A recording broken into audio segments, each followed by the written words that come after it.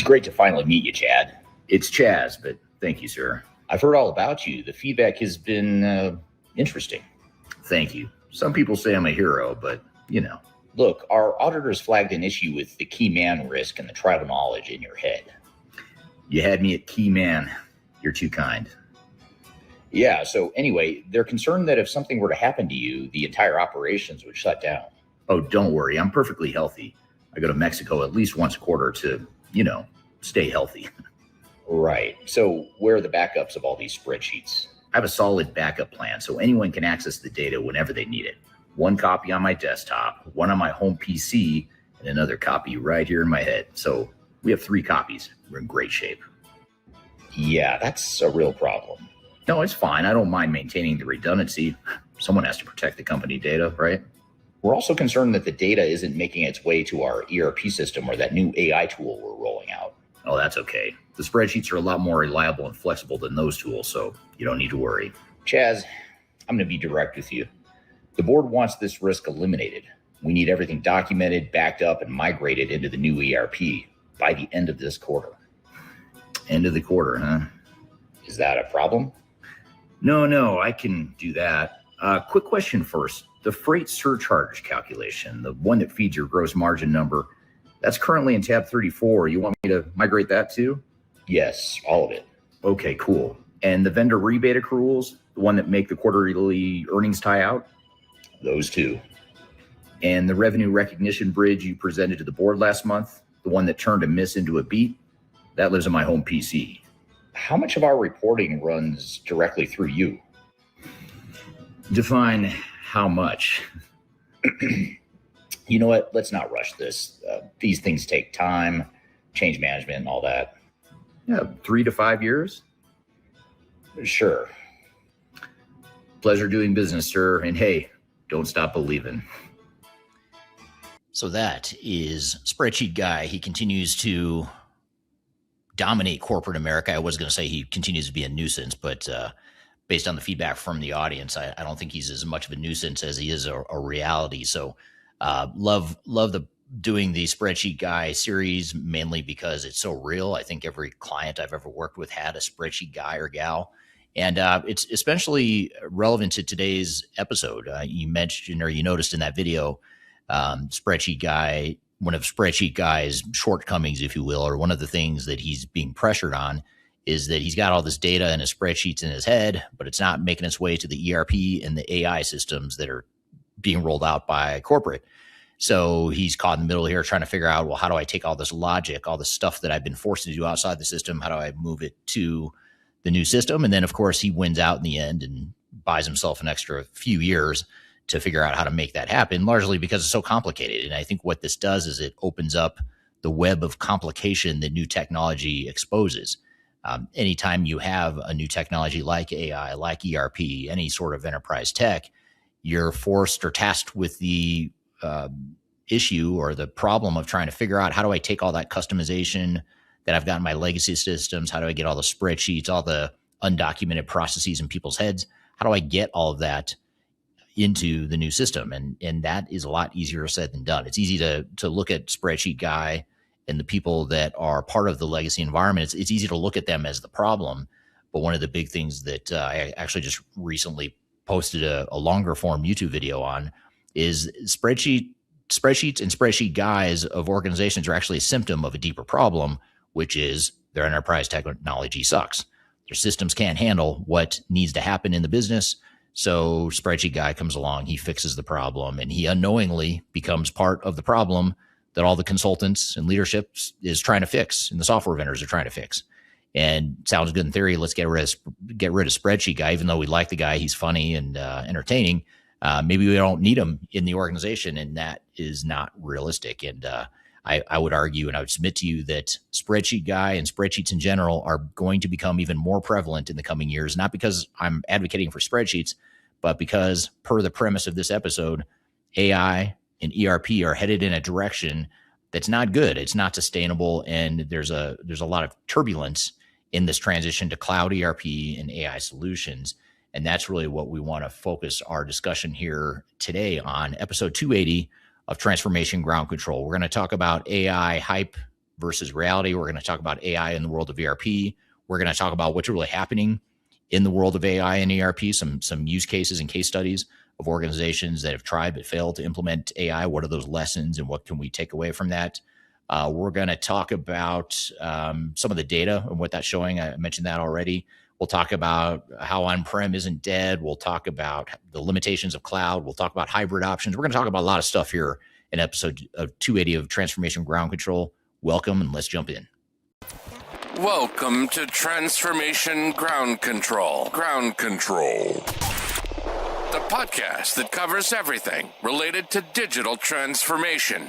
Whether you're embarking on an ERP implementation, supply chain transformation, or any other business or digital transformation, this podcast is for you. 3, 2, 1. Ground control to Major Tom. Welcome to Transformation Ground Control, episode 280. This is the podcast, tech agnostic, covering everything related to strategy, people, process, technology, everything you need to know about digital transformation. No marketing spin, the reality that you may or may not want to hear. But if you're a leader, you absolutely have to hear this stuff that we cover every week. And in this episode 280, we're going to take a different route. Today's episode is a little different. No guest, just me, the audience, and a topic I think every executive listening to needs to hear, which is AI hype versus AI reality, especially in the world of ERP. Now, before we get started, I want to jump into a couple things that I'm going to dive into in this conversation here today. One is that MIT recently published research showing that 95% of AI pilots don't measure or don't deliver measurable ROI. PwC has a survey that followed up that MIT survey that said only 12.5% of CEOs delivered both cost savings and revenue growth.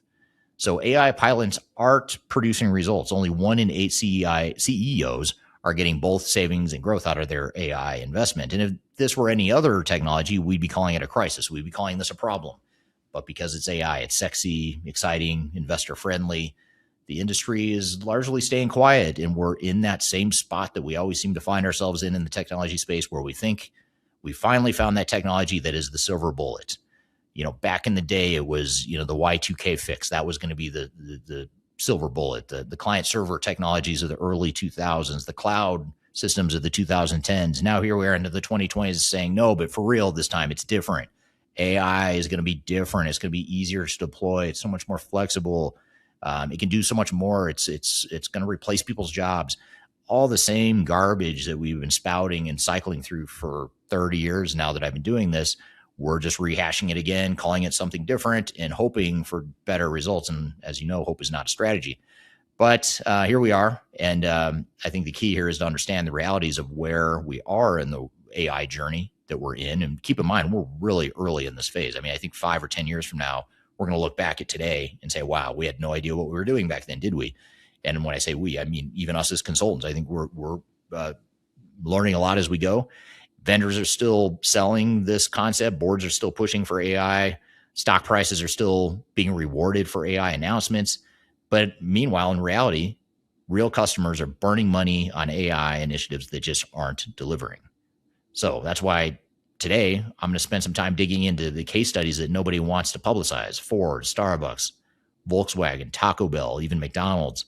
And I'm going to talk about some of the lessons from these failures, these high-profile failures. Big companies with big budgets, big resources, they still can't make their AI initiative succeed. But the good news is it's because they're doing it wrong.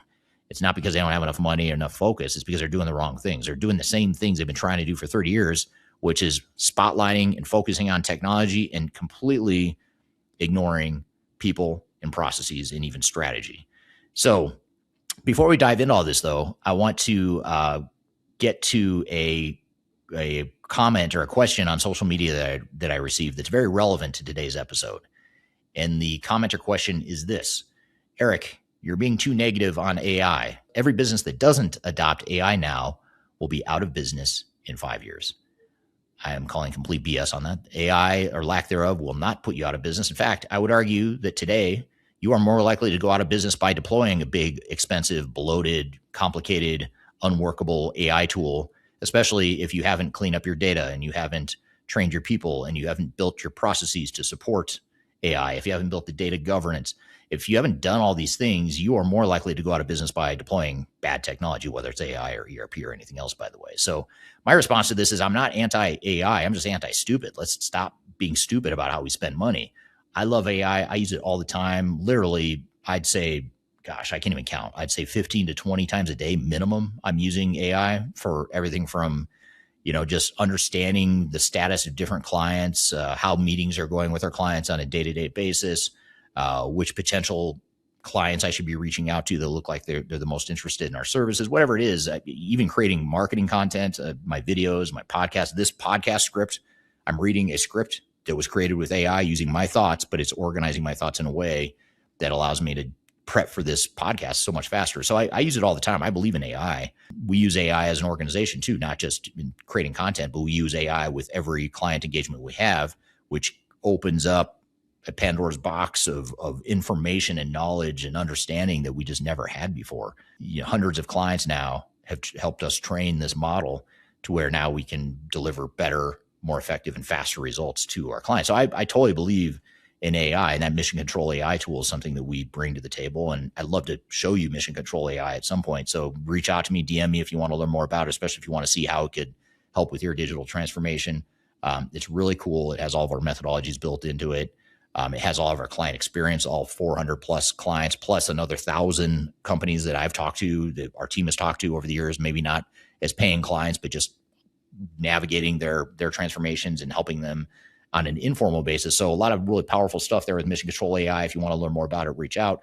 But that's a long way of saying I believe in AI, but I do want to say something that the marketing crowd in the world of technology and AI doesn't want to say, which is just as many companies will be out of business in 5 years for over-investing recklessly in AI and other technologies as they are for ignoring it. So for every person that's out there saying you'll be out of business if you don't do this, I will counter with saying, yeah, you could also be out of business for doing it now and being stupid about it, or not being smart about how you invest it, or not being deliberate and focused and just smart about how you deploy the technology.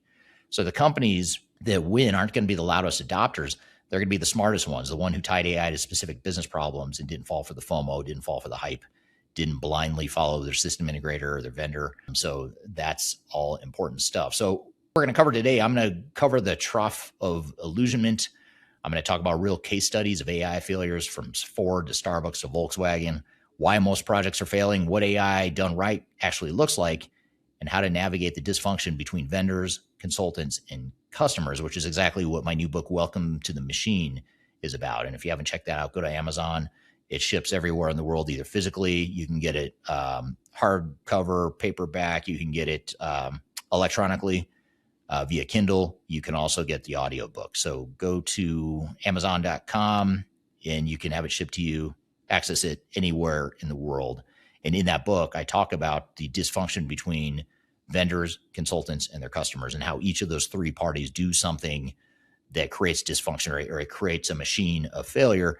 And it's really playing out right now in the world of AI. I talk a lot in the book about AI and the movement we're seeing right now and how we're about to repeat the same exact pattern that we've repeated for years and decades now, but we somehow think it's going to be different this time because it's AI. It's cooler. It's way better than ERP. It's way better than cloud. It's way better than client server. It's way better than mainframe solutions that at the time were cutting edge. This is different. And, that's the mentality. I'm being a bit facetious when I say that. It's not different. The technology is different, but we need to be a lot better and smarter about how we deploy technology. And so those are the lessons I want to leave you with here today. And another thing I want to mention too is that we have an upcoming event. It's called Digital Stratosphere. It's an event in September. It's a event you can join in person or virtually. So anywhere in the world you are, you can join it virtually. If you can't be at all the live sessions, you also get recordings to it. If you join in person, you'll also get the recordings to any sessions you might miss.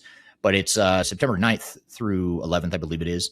Go to stratosphere2026.com and you can learn more about the agenda, the speaker lineup as it's forming here. We have the speaker lineup confirmed. The agenda, the exact agenda should be out anytime now. But go to Stratosphere 2026. You can learn more about it. Use the discount code EARLYBIRD and you'll get 20% off. And I'd love to see you there. I'll be one of the keynote speakers. And it is September 9th through 11th. I just double checked my notes. September 9th through 11th, Denver, Colorado. If you haven't been to Denver, it's a great place. I'm biased about that. If I do have a bias, It's two things. One is I love Denver, Colorado, and I'm also biased for what customer needs are in this industry. So guilty as charged on those two biases. But beyond that, you're not going to find a lot of bias from me.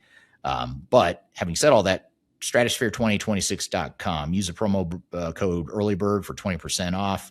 And let's jump into it here after break. We're going to take a quick break. When we come back, we'll jump into the discussion talking about AI, case studies, AI hype, AI reality, how it all integrates with ERP. We'll take audience questions. It's going to be a great conversation. Stick around. We'll be right back with more Transformation Ground Control.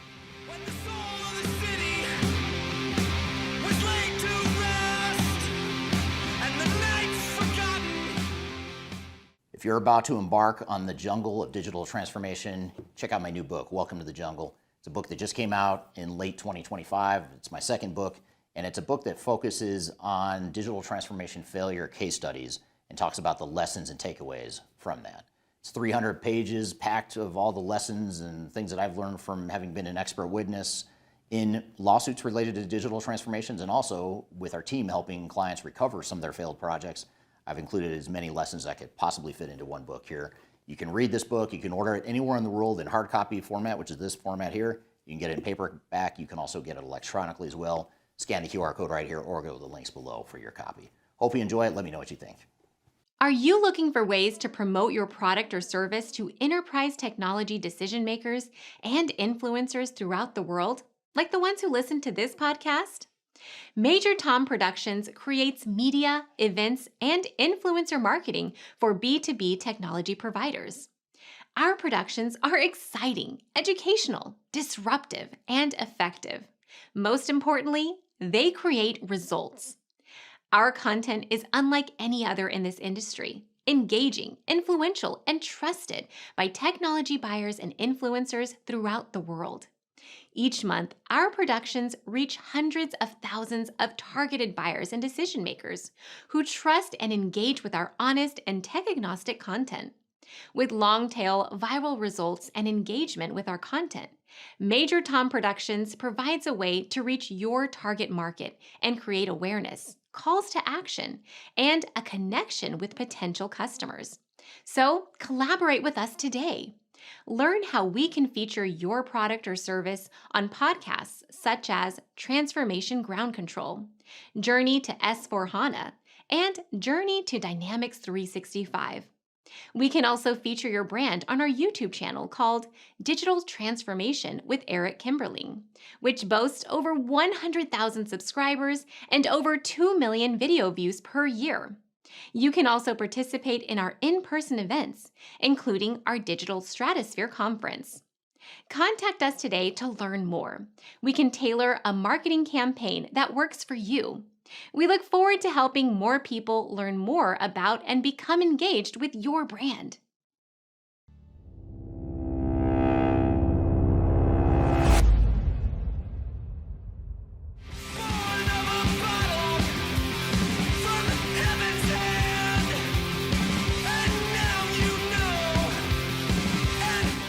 Before we jump into today's conversation, I wanted to show you this really funny post. I saw this right before we went live with this podcast. And this is a post on LinkedIn. I actually don't follow this person. I sent him a request right after I saw this because I really liked it. And I also liked the organization he works for, which is called the Orwellian Resurrection Society, which I'm intrigued by this. I love George Orwell. My favorite book, by the way, is 1984. Sort of a two-way tie for my favorite book of all time. 1984 or Atlas Shrugged by Ayn Rand. Those are my two favorite books. But I love 1984. I love George Orwell. And I love this graphic here that Chris Snyder on LinkedIn post. And if you're listening to the audio only version, it's a cartoon of a guy in front of a washing machine. And he's holding on one hand, he's trying to get the washing machine to work. In his other hand, he's got a owner's manual that says the future of laundry. And it says smart, connected, intelligent. And then the bubble of what he's saying, the dialogue bubble says, I don't need my washing machine to connect to Wi-Fi, send me notifications, or require a software update. Just give me a knob that says start and let me wash my clothes. And I love this cartoon because it amplifies, really highlights some of the problems in this industry. We get so focused on all the cool stuff. Like think about that. Think about a washing machine that can give you alerts and it's Wi-Fi enabled. Maybe it's even got AI or something. Do you really care? Does it really matter? are you really solving any problem with that? Or are you just building AI or building technology just to build technology? And I think in this industry, that's so common. Like we put out all this crap, this technology crap that doesn't necessarily work for customers. It's overkill. It's too complicated. It's not solving any problems. It's costing a lot of money. It's creating more complexity and risk than it's worth. Yet we're out there peddling that as best practice, or this is the, if you don't get this new washing machine, your clothes are going to be dirty, you're going to smell, and no one's going to like you. We're using all this social pressure that doesn't exist. We're creating or manufacturing this urgency that doesn't really exist. So thank you to Tim for sharing that. Hopefully he doesn't mind me sharing his content here to a big audience, although that post seemed to have gone viral. And what I really like about it too, if you didn't catch it, in his bio, he's got a little banner behind his picture that says "Make Orwell Fiction Again." So, I'm sure there might be some political undertones there too. But I also feel like in this industry, in technology, it feels very Orwellian-esque. Like you need to go to the cloud now. You need to move to AI now. If you don't, you're gonna be left behind. You need us to control your data. Here's where it gets really Orwellian. As you look at what SAP is doing, I mean, I feel like every executive at SAP must have read 1984 and thought it was like a blueprint for how to run the world, because they're coming out with these policies about, API restrictions and locking out third parties from accessing their system, all in the name of security, which is complete garbage. And, it's not just SAP. I pick on them a lot because they're the big dinosaur, the big 800-pound gorilla. I guess that was a Freudian slip when I said dinosaur, but 800-pound gorilla, let's call it. They're the big 800-pound gorilla in the industry. So to me, they exemplify everything that happens in this industry. And there's a lot of pretty Orwellian stuff happening now. But that's neither here nor there. That's not the purpose of this discussion, although maybe it'd be a good podcast discussion or topic for a future discussion. But what I want to do here now is really turn to the audience and really get into some of these case studies regarding AI and ERP, the hype versus reality. AI, it's we're all talking about it. There's a lot of hype around it. We don't know where the world of AI is going to be in a year or 2 years from now. If you look back 2 or 3 years, things have changed pretty dramatically or pretty drastically since the whole AI movement started, which really kicked into high gear when ChatGPT caught the consumer world by storm, and people at an individual level started using ChatGPT in mass. And now, of course, you've got Google Gemini and Grok and Anthropic / Claude. You've got all kinds of different options now in the world of AI. And then, of course, you've got the traditional enterprise tech vendors like SAP and Oracle and Microsoft, Epicor, Infor, Workday, Salesforce. They're all investing heavily in AI. It's almost like a nuclear arms race here of who's gonna be the center of the universe in the world of AI. And I think there's a lot that'll shake out here in the coming years. But really what I want to talk about is not so much specific AI vendors or specific vendors and how they're handling AI, but more in general, how are consumers or how are end customers using AI today, and what are some of the challenges they're facing, and some of the lessons that we can take away from them. So one thing I'd like to start with is how AI is so cool. I mean, on one hand, it's a very cool product. It's a cool tool set. I'm obsessed with it, borderline obsessed with it. I use it all the time. For everything from preparing for podcasts like this to creating marketing content to analyzing and understanding different clients, understanding what our teams are working on. I just have more knowledge and access to more information than I've ever had. And I think a lot of you probably have some of that experience too. And I'd love to hear your thoughts here in the comments. Just drop in the chat. What has your experience with AI been? What are your thoughts on AI? Are you using it regularly? Is it something you're excited about? Are you tired of hearing about it? Love to hear, just get a pulse check from you all, from the audience here, on what your thoughts are regarding AI and where it stands here today in mid 2026 as we're having this conversation. But when we look at AI, one thing that I see is that the trough of disillusionment is here. So right now, if you look at surveys, they show that a vast majority of corporate AI initiatives stall or fail to produce business value. And in particular, MIT had a study, and other research confirms this too. But the study from MIT shows that roughly 95% of AI pilots do not measurable ROI. And I think we're in a dangerous spot right now in the enterprise tech space where when I say we, I mean everyone from the technologists and the vendors to the end customers here. But I think a lot of the community here thinks and has a false perception that AI is different. Things will be different this time with AI. All the problems we've had with enterprise tech failures, including massive ERP failures of decades past. There's a perception that, well, maybe AI will change that. Now with AI, things are easier, things are faster, things are more efficient.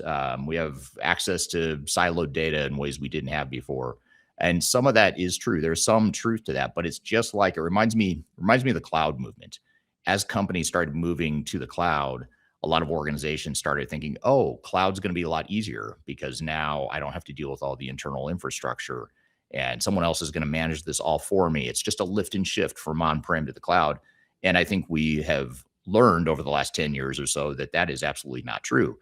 If anything, cloud migrations are even more difficult because you have less flexibility with a lot of cloud systems and solutions than you did with on-prem. And that creates a whole host of other problems. So on one hand, you're solving one technical issue in the case of the cloud, but you're just creating other risks you've got to manage. So AI is a lot like that. It reminds me of the hype around the cloud and how the cloud is just going to solve all of our problems. And I would argue the cloud has actually made things a lot worse and a lot more challenging for end customers. It's made things a lot better for software vendors. They are a lot more profitable now. Investors are loving it. They're eating it up. They're driving up stock prices. Although there are cracks in that foundation that, is outside the scope of this podcast. But there's other podcasts you can listen to where they talk about financial advice and investments and things like that.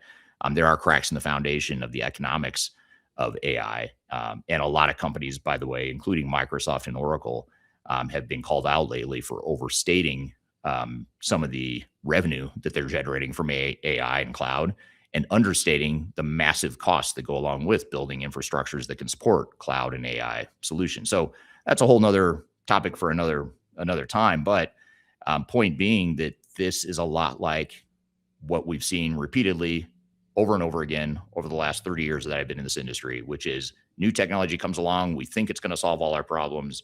And we think that this time it'll be different because the technology is so much better. But as this MIT study shows, 95% of AI pilots do not deliver measurable ROI. And that should be alarming to everyone watching here. So I want to stop for a minute and talk about this thread a little bit more. The thread, or the misconception, that AI is different this time. Technology is different this time. Digital transformation will be different this time because it involves AI. It involves cloud systems.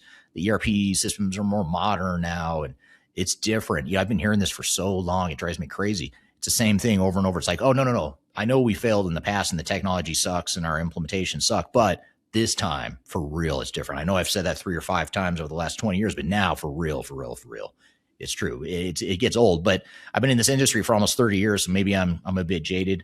And I've heard this exact phrase with about every major technology wave we've seen. We saw it with Y2K, the .com era, cloud migration boom, mobile, big data, blockchain. Remember blockchain?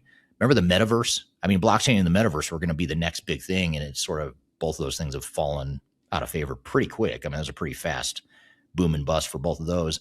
And now it's AI. I don't think AI is going to have a bust anytime soon. I do think some companies will fail. Some AI vendors are going to fail. The incumbents or the leaders are going to shake up, and it's, some are going to fall by the wayside, and then some will emerge as the victors or the dominant players. But I don't think the AI category is going to die off like blockchain and other areas have like the metaverse have come and gone.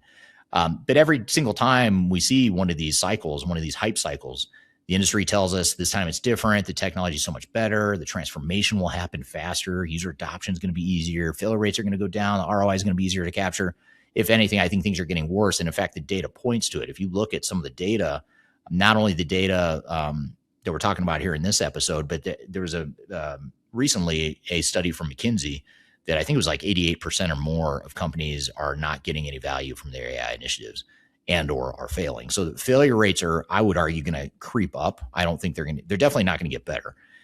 Not because AI has an inherent flawed problem, but because it exposes the problems, the imperfections, and the issues that companies have had for years and have not fixed. Things like data, lack of focus on change management, lack of documentation, lack of standard processes. All that stuff is just going to get exposed faster with AI, and it's going to cause failure faster. In fact, I would think that it's going to be harder to hide those failures and mask those failure points with AI than you could with ERP and other types of technologies. And the other thing, this is an even bigger thing. The other reason why I think AI failures are actually going to be higher in the coming years is because the chasm between where organizations are today and where technology is taking us, that chasm is growing. So think of it as like a big risk. It's a chasm you've got to cross. It's a treacherous journey. And now that journey is even bigger. It's a wider gap between where we are today and what we're trying to get to with an AI-driven world. So as that chasm expands, the risk gets higher, failure points get higher, and the consequences of not doing it right are even greater.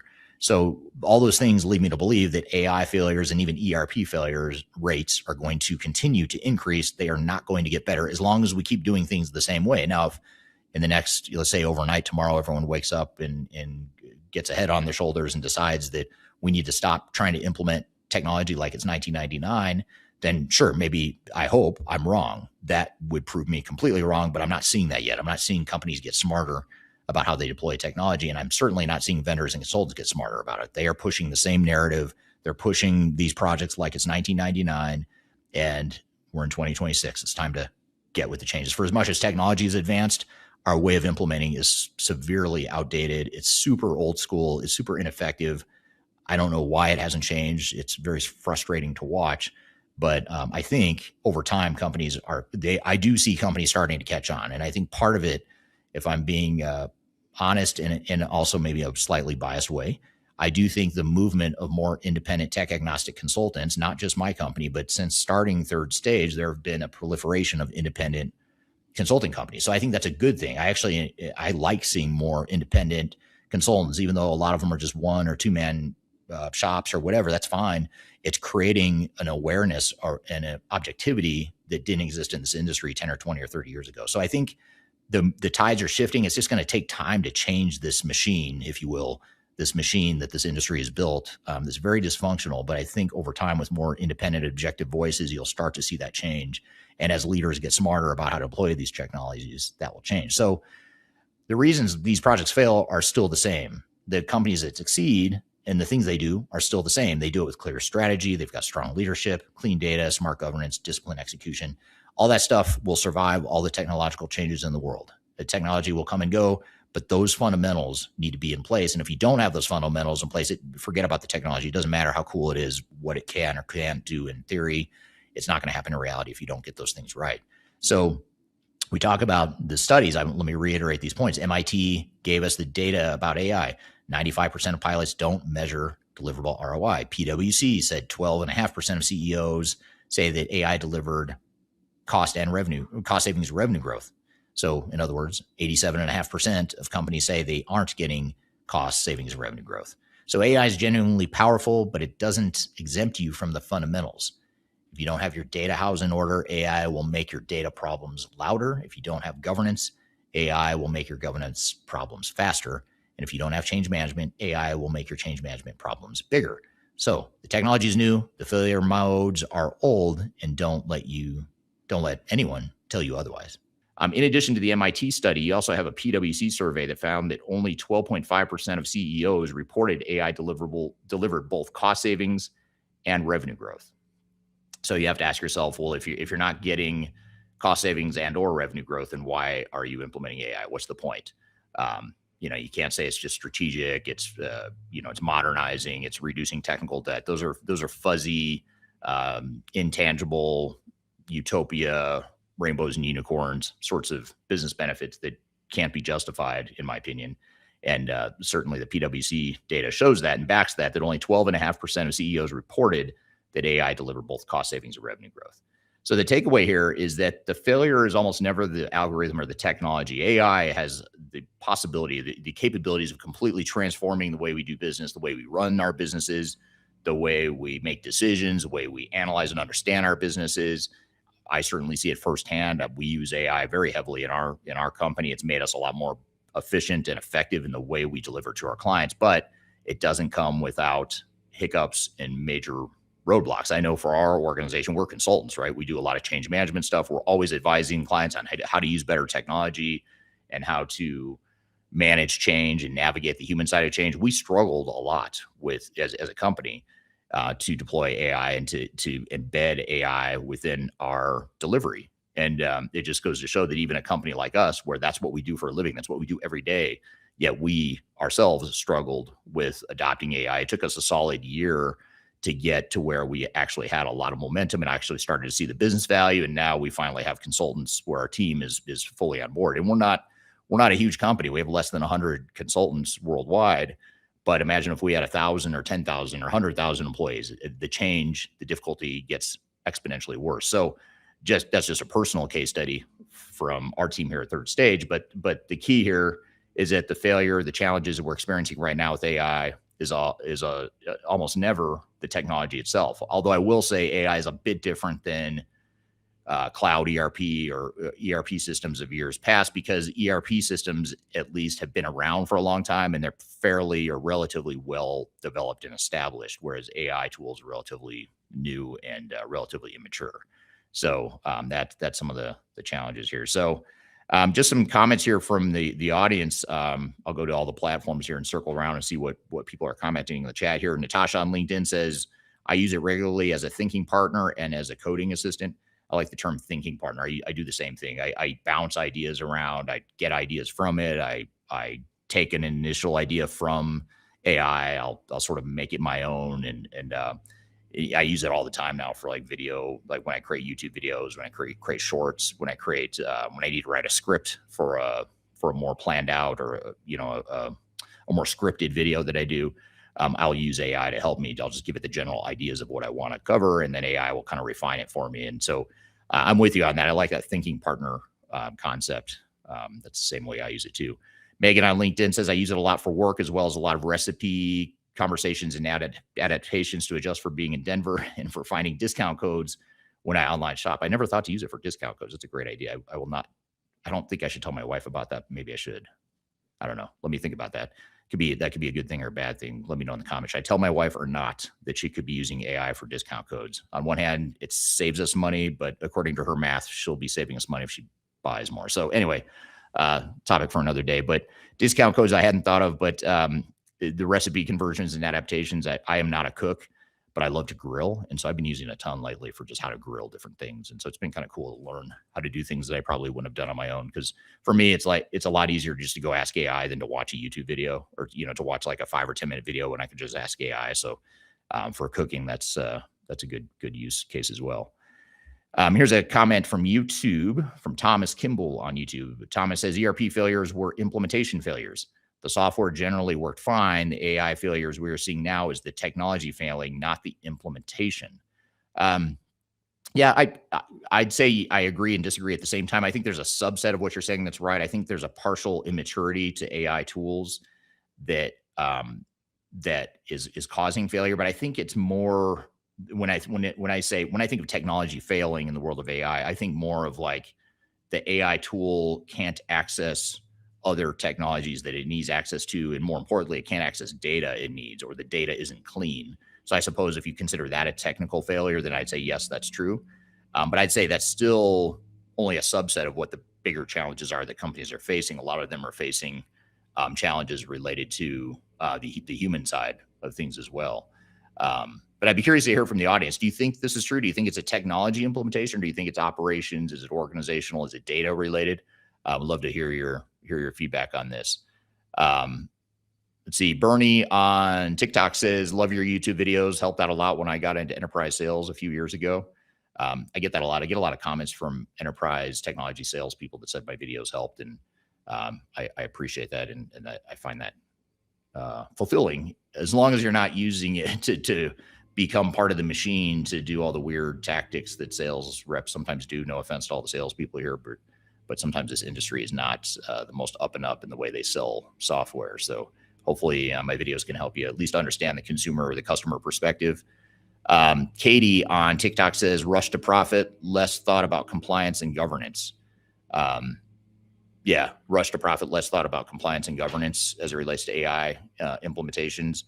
I think that's probably true. A lot of companies, a lot of investors are pushing hard to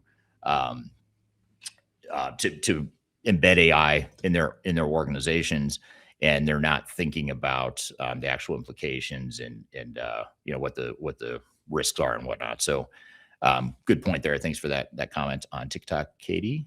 So thanks for everyone commenting here. I appreciate it. There's a lot of good stuff, a lot of good comments coming in here. Here's another comment here on LinkedIn from Christopher. Christopher says, we keep building on an incomplete foundation.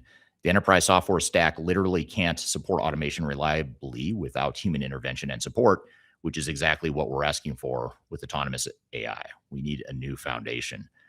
This is an interesting point. I think there's a lot of truth here, a lot of merit to what Christopher is saying, in that in years past, we would advise clients on the same things like, hey, clean up your data. If you want to get all this cool dashboard and predictive analytics and analytical capabilities that ERP systems can provide, then you should probably clean up your data.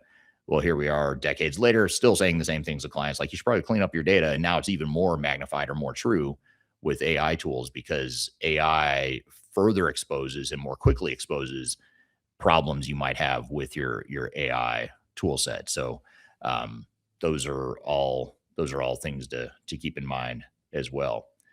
Good point.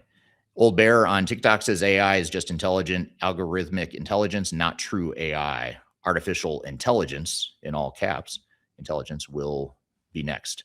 And then Old Bear follows up with, it's a great tool, but tool set, not the solution. So great points, Old Bear. Thank you for that. I appreciate your feedback here. Hello, Alina on LinkedIn. Thanks for being here today. Thanks for following. I think you follow me on all the platforms. I see you pop up on multiple channels. So thank you for following me here. Third Stage Consulting says, a great statement, start of a great conversation. Does anyone else have thoughts on this? I second that question. Does anyone else have thoughts on their use of AI? And then here's a comment, or a question, I should say, from AI Profits on YouTube. Says, any suggestion on very minimal level of AI integration for manufacturing industry in India? Yeah, if you don't have AI available through your ERP provider or solution right now, you can certainly use the off-the-shelf software like ChatGPT and Claude and Gemini and other AI tools that are out there. But if you want more of an enterprise grade sort of solution that is more built for enterprise technology integration, then you might consider, in manufacturing especially, you might consider an AI tool like QAD, for example. QAD has something called Champion. That's a AI tool that can interface with multiple AI or multiple ERP systems. And a lot of people think of QAD as an ERP vendor, but they also have a manufacturing AI solution, which is pretty cool what they're doing now. So if you haven't, you might check them out. They're doing some pretty cool stuff in the manufacturing AI space. So that'd be my response there. Olu on LinkedIn says, organizations are overstating adoption success and return on AI investments, similar to what happened during the dot-com era. Yet the real results remain the same. People and businesses have to be honest about their capabilities and what they truly need. And then it goes on to say, a bit more transparency on governance will go a long way. I think this is really good, a good point. And I appreciate that you brought in and compared this to the dot-com era, because it feels a lot like the dot-com era right now. Not only in terms of the bubble that's building, the bubbles that are being built in the AI world. You look at, the stock prices and the valuations of some of these AI firms. It's not going to last, and I'm not trying to be a downer or a buzzkill here, but it just won't. All these companies that are seeing massive valuations because of their AI, and they're making just massive infrastructure investments to be able to support these massive data centers to support AI. It won't last, and there's going to have to be a shakeout. I mean, there's just no way all of these AI providers are going to be profitable long term. So you'll see some fail, some will succeed.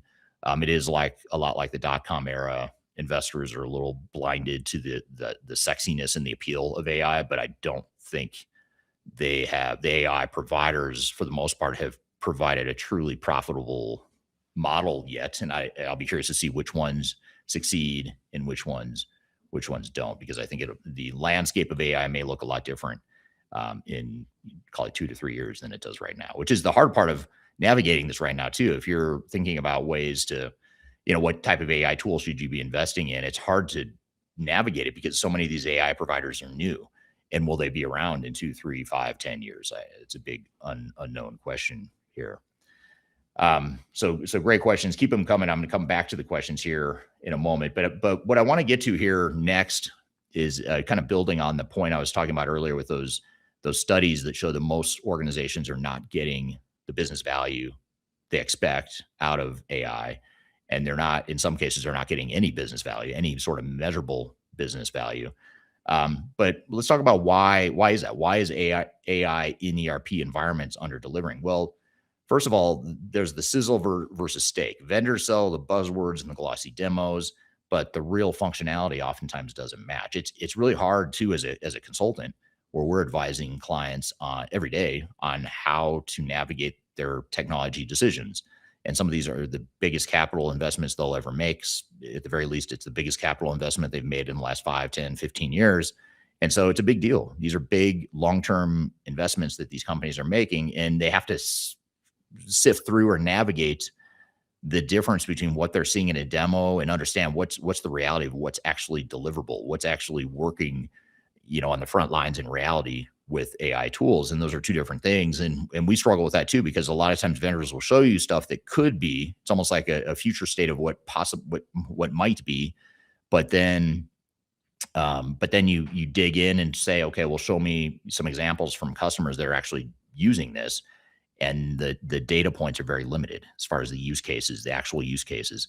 Now we're starting to see more of that. It's certainly better now than it was a year ago, a year or 2 years ago, especially. It was like, okay, this stuff looks really cool, but you can't name a single company out there that's using these capabilities. But now you at least have some examples, some use cases, some lessons learned, but it's still really early. I'd still say people that are rolling out AI at scale, for the most part, are on the bleeding edge. There's so many companies that are still trying to dip their toe in the water. But the challenge here is that AI inherits your data problems. So when you've got dirty data, duplicates, missing data owners, undocumented logic, you don't have data governance processes in place, all that, call it technical and data maturity that you need to really support a robust and scalable AI environment. Most organizations are missing that, and they're jumping in because a lot of times the investors, the board, the management team, the executive team is pushing the organization to roll out AI. Everyone's doing AI, so we better do it. It's sort of like a FOMO sort of thing where we don't want to miss out. We got to get ahead of our competition, and you see a lot of the sales messaging on LinkedIn and other places where it's like, if you're not thinking about AI now, you're falling behind and you'll be out of business in 3 years. I see people quote these studies that say people that don't adopt AI now will be out of business. X% will be out of business in 5 years.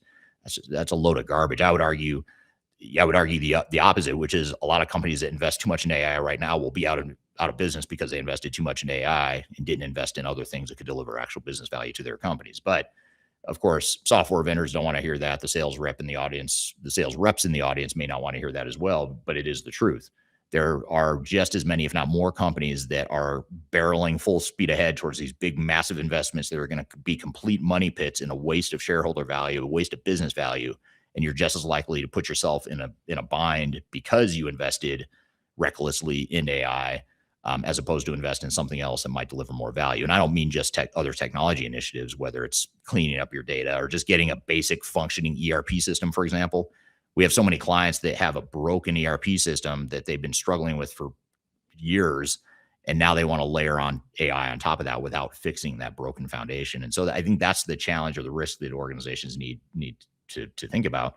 And a lot of executives are pursuing technology for technology's sake. So adopting AI to keep up rather than to solve a defined business problem. And we are starting to see more companies that are saying, hey, let's look at ways that we can take this one little problem and use AI to solve this very specific use case. That's different than saying, let's just roll out AI across the entire enterprise. So that's something to keep in mind as well. And then there's the last mile problems. Pilots succeed in clean, curated, low variance conditions, and then they degrade or fail at scale when the real world variance explodes. So it's a lot like ERP testing and deployment, but even more so with AI, because AI is in some ways, it's so flexible, but it magnifies the problems when you have variations in your processes or you've got poor data, people aren't using the system correctly, et cetera. So getting back to TikTok here, here's working kind of backwards here on TikTok. The only one who will be out of business is this guy to AI who can give better strategic guidance. That could be, I'll admit, who knows, maybe I'll be out of business because AI could give strategic guidance. If I go out of business, if the consulting industry becomes obsolete and what we do becomes obsolete, then we won't be alone. There'll certainly be others, including some of the organizations that are now trying to invest too much in AI. AI has been trained on thousands of consultants and experts on questions and strategy. That is true. And that's what we're using with our AI tool. And we're offering our AI capabilities to others that may or may not want to use consultants. And it is a good point. We're preparing for the possibility that consulting goes away. I don't think it'll be in the next 2 or 3 years, but it could be in 10 years. And so that's why we productize a lot of what we do and continue to do that. Here's a question from Matthew on TikTok. Hi, Eric, what industries are investing in ERP and SAP transformation more than others? It's a good question. I'd say probably manufacturing. That's where we see a majority of SAP and ERP implementations. There's just been so many years of technical debt and technical legacy technology buildup and outdatedness that has built up in the manufacturing world. And manufacturers are just a lot more complex than the average organization, I would say, in other industries. There's a question from Whale on TikTok. Quick question. We were having SAP ECC and we beat to upgrade. We are using very limited modules, I don't know if that means, and we need to upgrade. We are using very limited modules. If you're using very limited modules, I would first, even if you're on ECC, I would first get more adoption of what you've got. I know SAP is pushing to get you to S/4HANA by 2030 or whatever it is.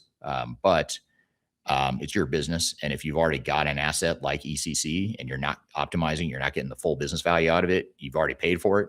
I would say go ahead and get the business value out of it, optimize it, get kind of a refinement of how you're using ECC. And then not only do you get more business value and you kick that big, massive investment down the road, which I think could be a good thing for a lot of companies. If you don't need to spend $10 million today and you could wait 3 years, then wait 3 years, spend the $10 million later. That's the way I look at it. But I know SAP sales reps will completely disagree with me and tell me that is absolutely garbage. And I don't want to, if you're an SAP sales rep, feel free to chime in the chat here, but I'll speak on what I think an SAP sales rep would say, which is that's technical debt. You're just delaying the inevitable. I would say look at it objectively from a business perspective. And just like you would make any sort of investment decision, there's a million ways you could be spending money right now. If you have other priorities, you already have ECC and you know you could get more value out of it, but you could be spending that money somewhere else, either with, investing in more in ECC or investing more in getting value out of it, or maybe there's complementary technologies you can invest in, then go ahead and do that. And if you can wait 3 or 5 years to make that big capital investment and take on that massive amount of risk to upgrade to S/4HANA, then I would say, then do it if that's something that makes sense. Old Bear says, true, even worse. I have had an interesting chat with an inventor, and he states tech is emerging, which can make AI 100 to 500 times more efficient than it is right now. So that's really interesting. I'd love to know about what that tech is. Is it AI, or is it like a variation or an evolution of AI, or is it something different? I'd love to hear more about that because I'm not familiar with what you're referring to. Okay, there's a comment here from Gangle Recruitment on TikTok. Says you can check ganglerecruitment.info and you will see that you can see that AI is mean for the world. I'm not sure what that means, but Temori on TikTok says, hey, can I get some advice? Of course, ask me a question or DM me if you want advice offline. Comment from Matthew on TikTok. I hear more about projects going wrong than going right with ECC to S4. What is your take on why? Great question. And honestly, the answer to that doesn't have anything to do with AI. I would say it's more to do with the fundamentals of implementations. Failure rates for all ERP, not just SAP, have been 80% or higher for, according to most studies that you look at over the last 10, 20, 30 years. It hasn't budged a bit. If anything, it's gotten worse. You look at these AI studies that PwC and MIT have, and they are living proof that technology implementation failures are only increasing. But when you look at going from ECC to S/4HANA in the world of SAP, the reason those projects are failing are there's a number of reasons why they're failing. But the biggest one that I can point to, if I had to pick one thing, it's because customers the end companies are going from a highly customized, highly flexible version of ECC that they're fairly happy with. I don't know many people that aren't happy with ECC as a product. I'd say generally speaking, people like ECC. They it's got its deficiencies, its complexities, its nuances and quirks, of course. But overall, for a big, massive multinational company or any sort of company with scale, companies tend to like ECC. And I'm one of them. I used to be certified in SAP. I helped configure and implement SAP back earlier in my career, so I understand SAP really well. And what customers like about ECC, they don't like about S/4HANA. In that S/4HANA, especially if you're going to private cloud, and especially if you're going to public cloud, this is even more true. You just have less flexibility than you had with your on-prem ECC. Now, if you're fortunate enough to be one of the ones that SAP will let, and I use the word sort of tongue in cheek, whether or not SAP is going to let you, but if you're fortunate enough to where SAP will let you implement S/4HANA on-prem still, you might be able to retain some of that flexibility. But broadly speaking, generalizing here, most SAP sales reps and most SAP pursuits are pushing very hard to get you to the cloud, and not only to the cloud, but to the public cloud. That is the ultimate utopia that SAP wants to get its customer base to. They want, in a perfect world, everyone would be on public cloud, that SaaS, multi-tenant model, and very limited variability between customers, because that allows them to scale the product, and they can be a lot more profitable in that way. They only have one system to maintain. They can drive standard processes, which sounds good in theory, but operational reality is where the rubber meets the road, and that's where a lot of these projects fail. Is that lack of flexibility that a big, complex organization typically needs is not as enabled with S/4HANA as it would have been in an on-prem ECC environment. So that's a big part of why ECC to S/4HANA implementations are failing. Of course, SAP has Joule, its AI Copilot, its AI tool that it's enabling and offering to people that move to S/4HANA Cloud. But that's another reason why a lot of companies aren't moving to S/4HANA on-prem, is because they want Joule, they want the AI stuff from SAP, and to do that, they have to be in the cloud. So a lot of challenges there. I don't think it really has much to do with Joule or AI. I think it has more to do with the fundamentals of ERP implementation. Richard on TikTok says, I think we're using AI wrong. We're setting it up after email. Why not in front or before? I'm not sure what you mean by that. If you could clarify your question there, Richard, that'll help me, because I'm not quite following you there. Okay, I have to say this because I can relate to you. Tuma Kamori on TikTok, who asked for some advice, said, my work friends are giving me grief about my receding hairline. What do you say to combat this? I don't know. I clearly have a receding hairline too, so I can't help you with that. And that I would suggest a different podcast discussion for that, but I thought it was funny because I have the same problem. And then Matthew said, would love to chat on Teams sometime. I work in the SAP space and think we could collaborate. Sure, I would love to, and feel free to reach out to me, and we can set up some time. So I want to get to a couple case studies here. I talked about how the data points pointed to a high degree of AI failures and or AI initiatives that fail to deliver business results. I want to talk about a couple of case studies here. One is one that it just hit the news yesterday over the weekend. I think it was yesterday. Someone on our team sent me this article, but it was about, it related to Ford. Ford, the automotive company, one of the big three auto manufacturers in the United States. They ended up having to retrain, or rehire, I should say. They had to rehire more of their 300 to 350 veteran graybeard engineers after AI-driven automated quality systems failed to deliver the quality the company expected. So long story short, Ford tried to roll out an AI tool that would handle quality and quality checks and things of that nature, which is a big deal in the automotive industry. The quality is a big deal for any manufacturer, but especially in the automotive industry, where quality isn't just a recall or a defective product. It's one that could cause death or severe injury, bodily harm, things of that nature, and it's highly regulated. So it's a pretty big deal when your quality systems are failing. And they tried to roll out AI with their quality systems, which I would, if I'm playing armchair quarterback here, I would say, why would you pick quality as a place to start with AI? If I were Ford, I would start somewhere else, like production planning, or somewhere that didn't have something that didn't have as much of a customer facing and regulatory impact, but that maybe there's something behind that I just don't know. But the VP of vehicle hardware engineering, his name is Charles Poon. He was quoted in this article in the BBC, from the BBC. It said, mistakenly, We thought that by just introducing AI and ingesting the design requirements that we had, that would produce a high quality product. Turns out it wasn't true. And so what Poon went on to say is that artificial intelligence is a fantastic tool, but it's only as good as the information you use to train it. Veteran engineers left before their institutional knowledge could be transferred into the systems meant to replace them.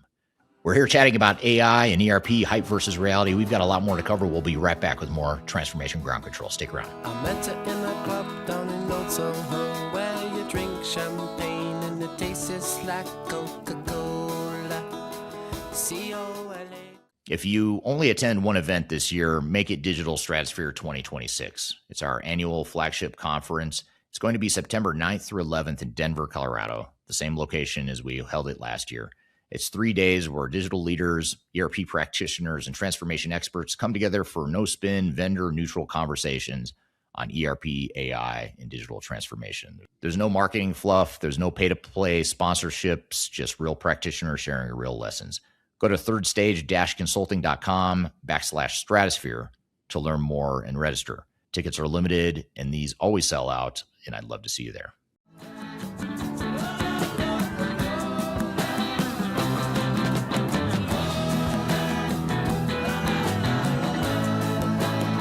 Hello, welcome back to Transformation Ground Control, episode number 280. We're here talking about AI and ERP hype versus reality.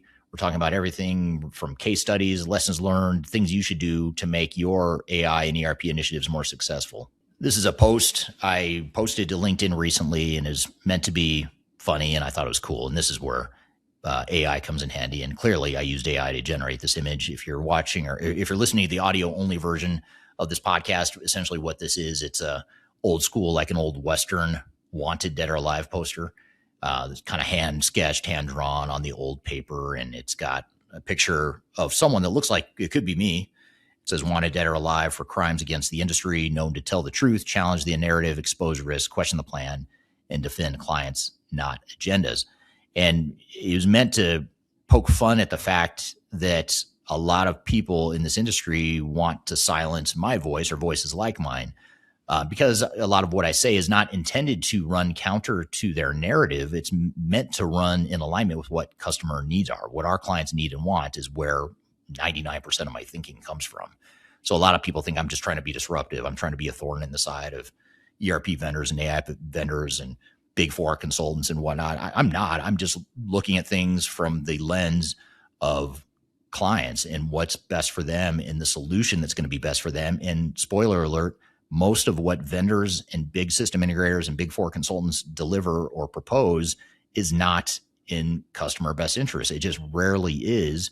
And I'm not saying you shouldn't hire a big vendor or a big four consulting firm, but man, we've got to manage these guys much better because it's out of control, some of the things that happen in this industry. And the fact that I call this stuff out, I mean, I leave it to the audience. If people don't like it, then don't listen or watch what I say. But the fact that so many people do makes me think maybe I'm onto something. I can't imagine all these people going on 1 million followers on YouTube and, over 60,000 followers on LinkedIn. I can't imagine they're all just following me because they hate what I say and they don't want to hear it, but they do want to hear it. I'm maybe some do are following me for that reason, but I'm thinking there might be something to what I'm saying here. But drop in the comments, why do you follow me? I'm just curious.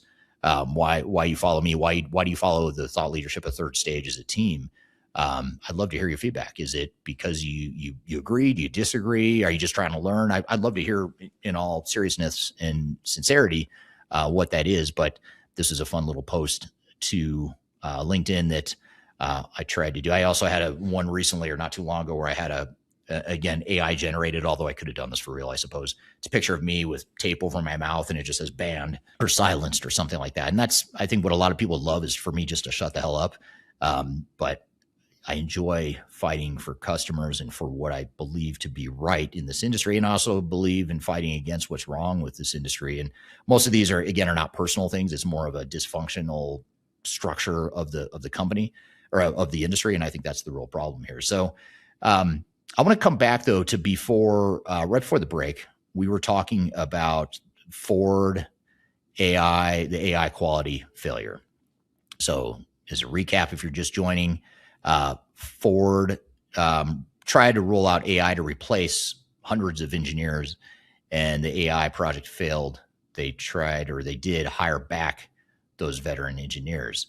So they assumed that AI could do the work that these 300 plus engineers were doing. They roll it out and find out there's a bunch of quality issues, which, by the way, if you're an auto manufacturer, don't start with quality. That would be the last place I would start, in all seriousness, because your lives are at stake, people's safety are at stake. It's a highly regulated environment. So do something else. Start with a back office, low risk sort of thing.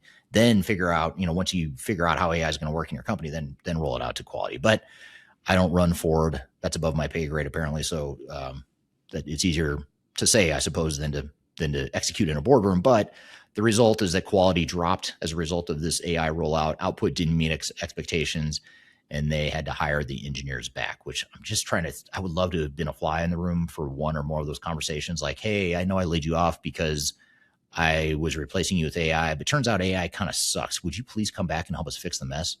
I just would love to hear what the response would be. Love to know what your response would be too. Drop in the comments. I'm just curious, like, what would you do? Would you go back? Because I imagine some of you would probably say, screw that. I wouldn't go back. I'd rather be unemployed and go keep looking for a job. Or some might genuinely want to help. Some might use it as an opportunity to make a little extra money. I'd love to hear how you'd respond to that. I'm not sure how I'd respond. I have mixed feelings about it, which is why I asked. But here's a quote from the VP of Vehicle Hardware Engineering, just as a refresher on this case study. They said, mistakenly, we thought that by just introducing AI and ingesting the design requirements we had, that would produce a high quality product. Turns out it wasn't true. And so there's 3 lessons here with this Ford AI case that I want to highlight. One is tribal knowledge isn't documented, it's lived. I mean, that's what, at the very beginning of this podcast, I played for you the Spreadsheet Guy video short, or one in the series. If you don't follow, you can follow my YouTube shorts and TikTok and Instagram. You'll find that series on my channels there, the Spreadsheet Guy series. But the reason I started doing that is to show how tribal knowledge works in organizations. And it's not meant to portray it as a good or bad thing. It's just, it is what it is. Tribal knowledge exists. It lives. And Ford lost all this institutional knowledge before they could get out of the heads of anyone. And then AI couldn't replicate it because it was never written down. It was never documented anywhere.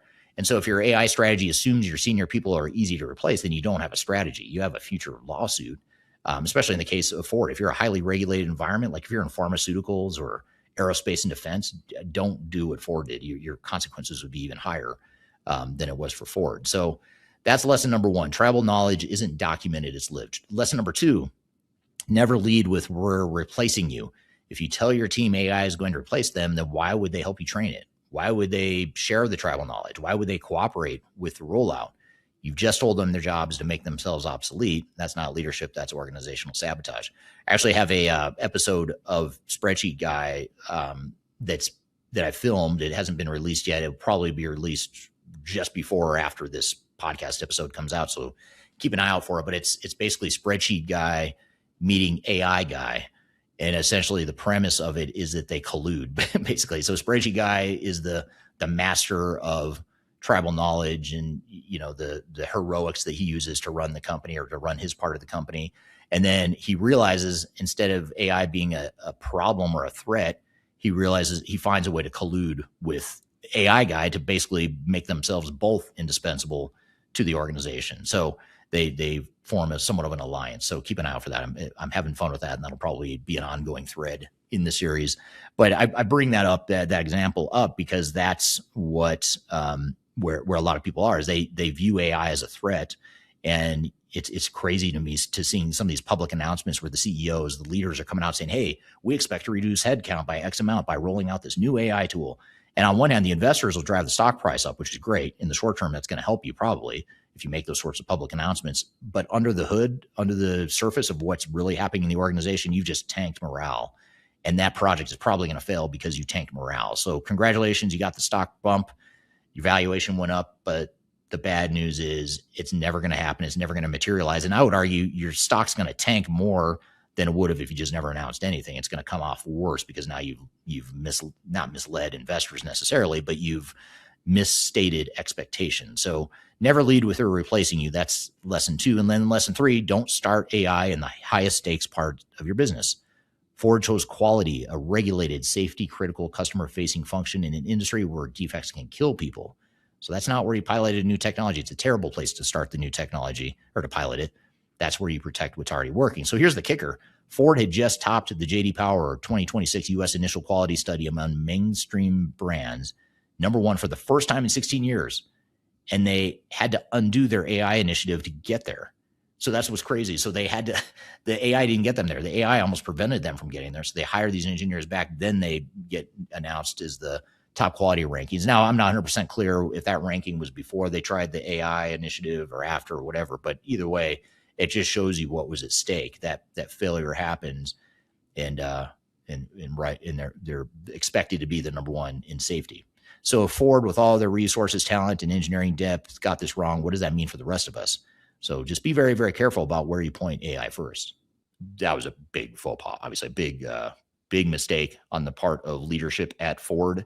And I would use that as a cautionary tale for any organization considering an AI or even an ERP initiative. If you're thinking of using your AI initiative as a way to replace employees, first of all, I would highly question whether or not that is realistic. Second of all, even if it is realistic, I would be very careful about how you go about that, because if you lead with, hey, I'm going to use this tool to replace you, why would I cooperate with you in rolling out the AI tool? Why would I give you the tribal knowledge? Why would I help ensure that the AI tool is trained if I know it's going to replace me? So I think executives need to stop thinking that way. It's really bizarre to me that so many companies are overtly coming out and saying, hey, we're going to use AI to replace our employees. Okay, investors might like that message, and yeah, it's going to help your stock price, and maybe that's why executives are saying it, but you're going to get a mass revolt, sort of a pushback, a revolution from your employees, and it's not going to be good. So I think leaders just need to be smarter about how they're leading some of these AI initiatives and what they're leading with. And secondly, I would say, do you really plan on replacing employees? Do you need to replace employees? I mean, why not use the employees you have, make them better at their jobs, grow the company, and maybe you don't hire as many people, or maybe you lose some people through attrition. You don't need to replace them as quickly as in the past. That could be your strategy. But to say that I'm going to replace all my engineers on the quality side of things when I'm a highly regulated product or a highly regulated company, it's a little questionable to me. I'd love to hear the audience thoughts on that. Did Ford mess up here? Or is that an innocent mistake that we all would have made? It's easy. I suppose it's easy to look back and say, they really screwed it up. Shame on them. We weren't there.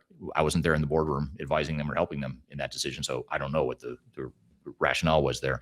But the COO of Ford came out and said, and this is a quote, "We had been relying more and more on automated quality systems and not getting the desired results.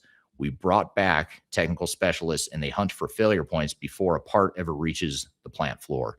Could you imagine being one of those guys that gets called back? I mean, imagine like your boss tells you, hey, we're done with you. We're replacing you with AI. And then 6 months or 12 months later, it's like, ooh, guess what? We need you back.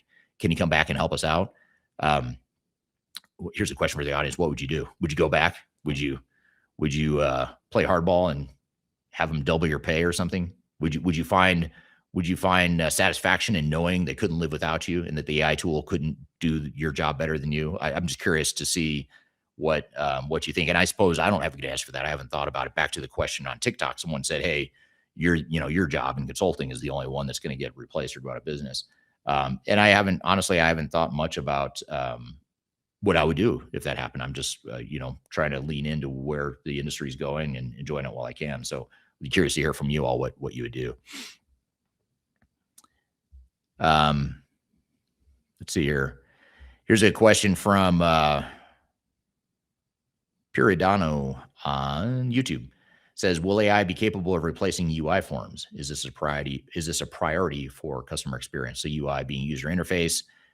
Could AI be a priority for customer experience in the form of user interface forms? I think so. I think AI, if anything, will become the new user interface. I mean, you think about, I was talking about how I was certified in SAP. I was actually first certified in SAP back in the late 90s when it was R3, which is the old version of SAP.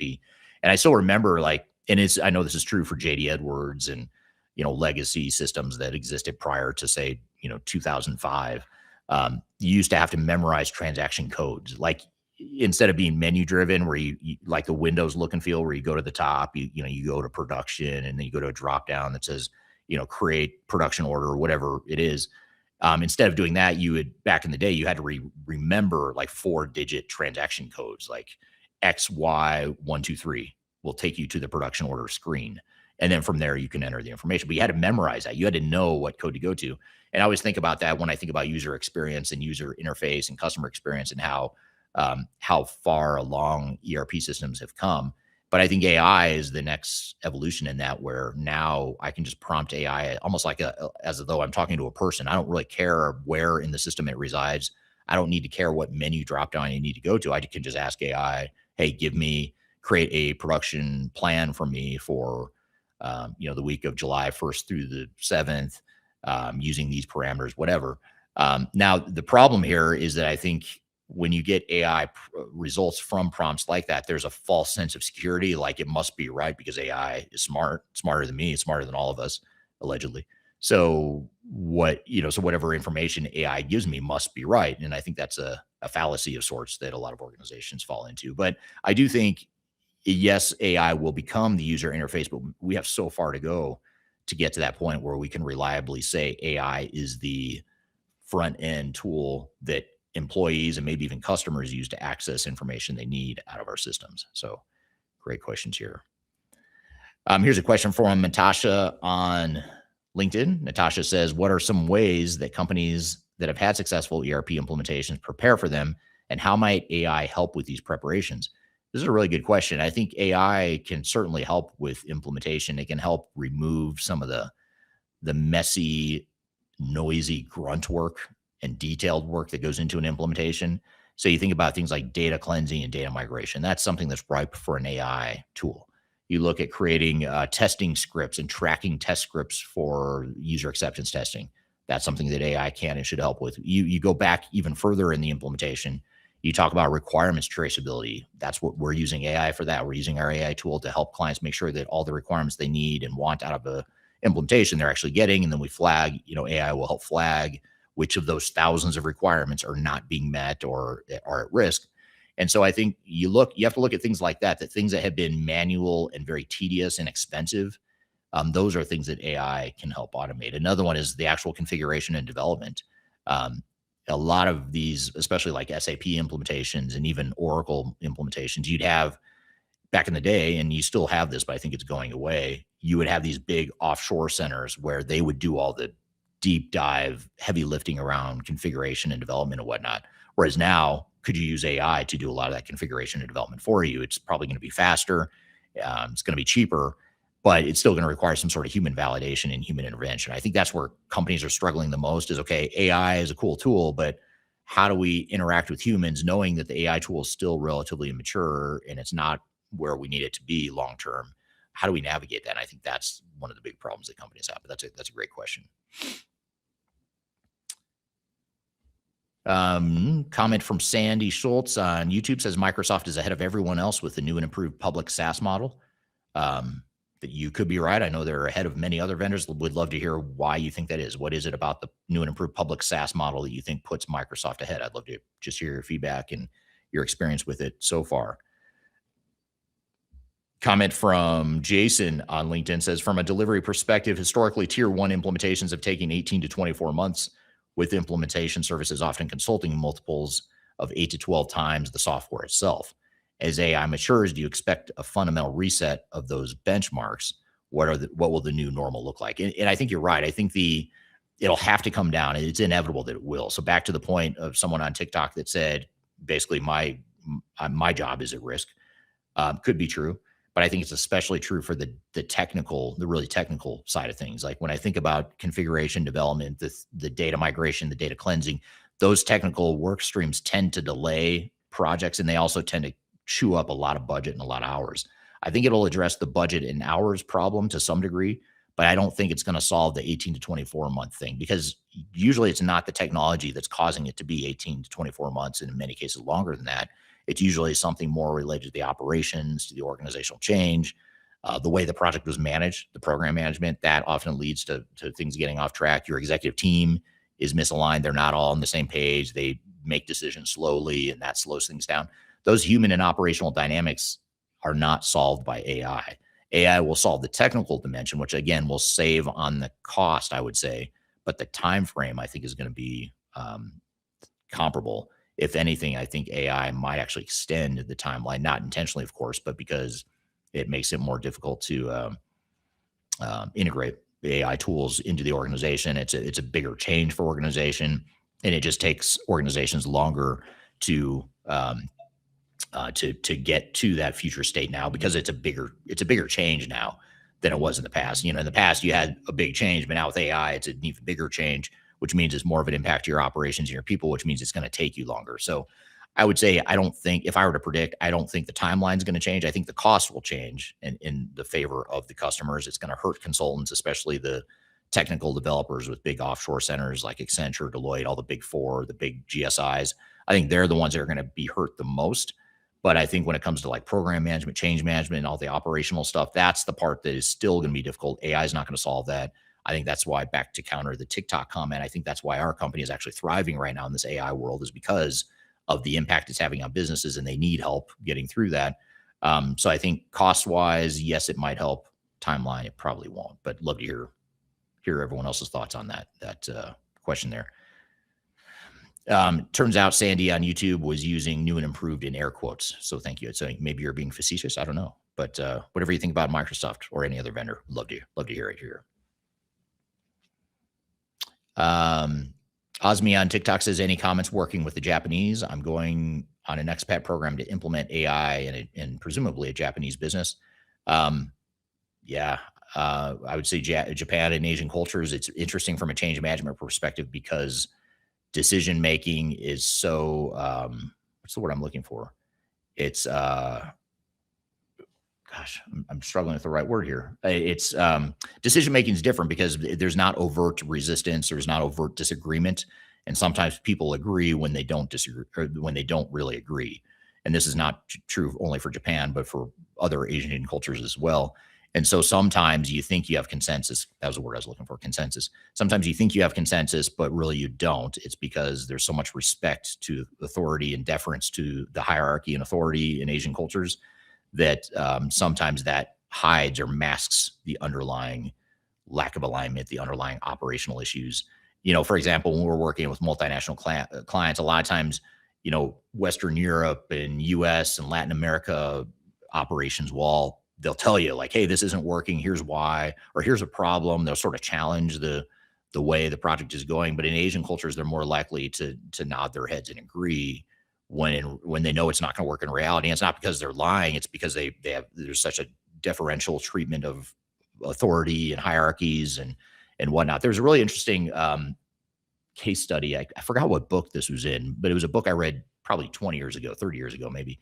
But it was a book about, I think it was a Korean airline. It might've been Korean Airlines, but it was an airline. I believe it was in Korea. And it was a case study of it. It was a plane wreck. It was a catastrophe, and everyone on the plane died, and it was a big deal. But they analyzed this case study, and they talk about the culture, the Korean or Asian culture, which is the pilot was making the decisions. The co-pilot, according to the black box, which is the recorder they have on airplanes, and they can go back and listen to what was happening before the plane wreck. But they got from the black box that the pilot was wanting to do one thing, and I don't recall the details of what that was, but the pilot wanted to do one thing. The co-pilot was questioning something, or alarming, kind of waving the red flag to some degree, but the co-pilot backed off in deference to the pilot. And the pilot was saying, no, this is what we're going to do. And the co-pilot, just sort of backed down. And as a result, it turns out the co-pilot was right, pilot was wrong, plane crashes, everyone dies.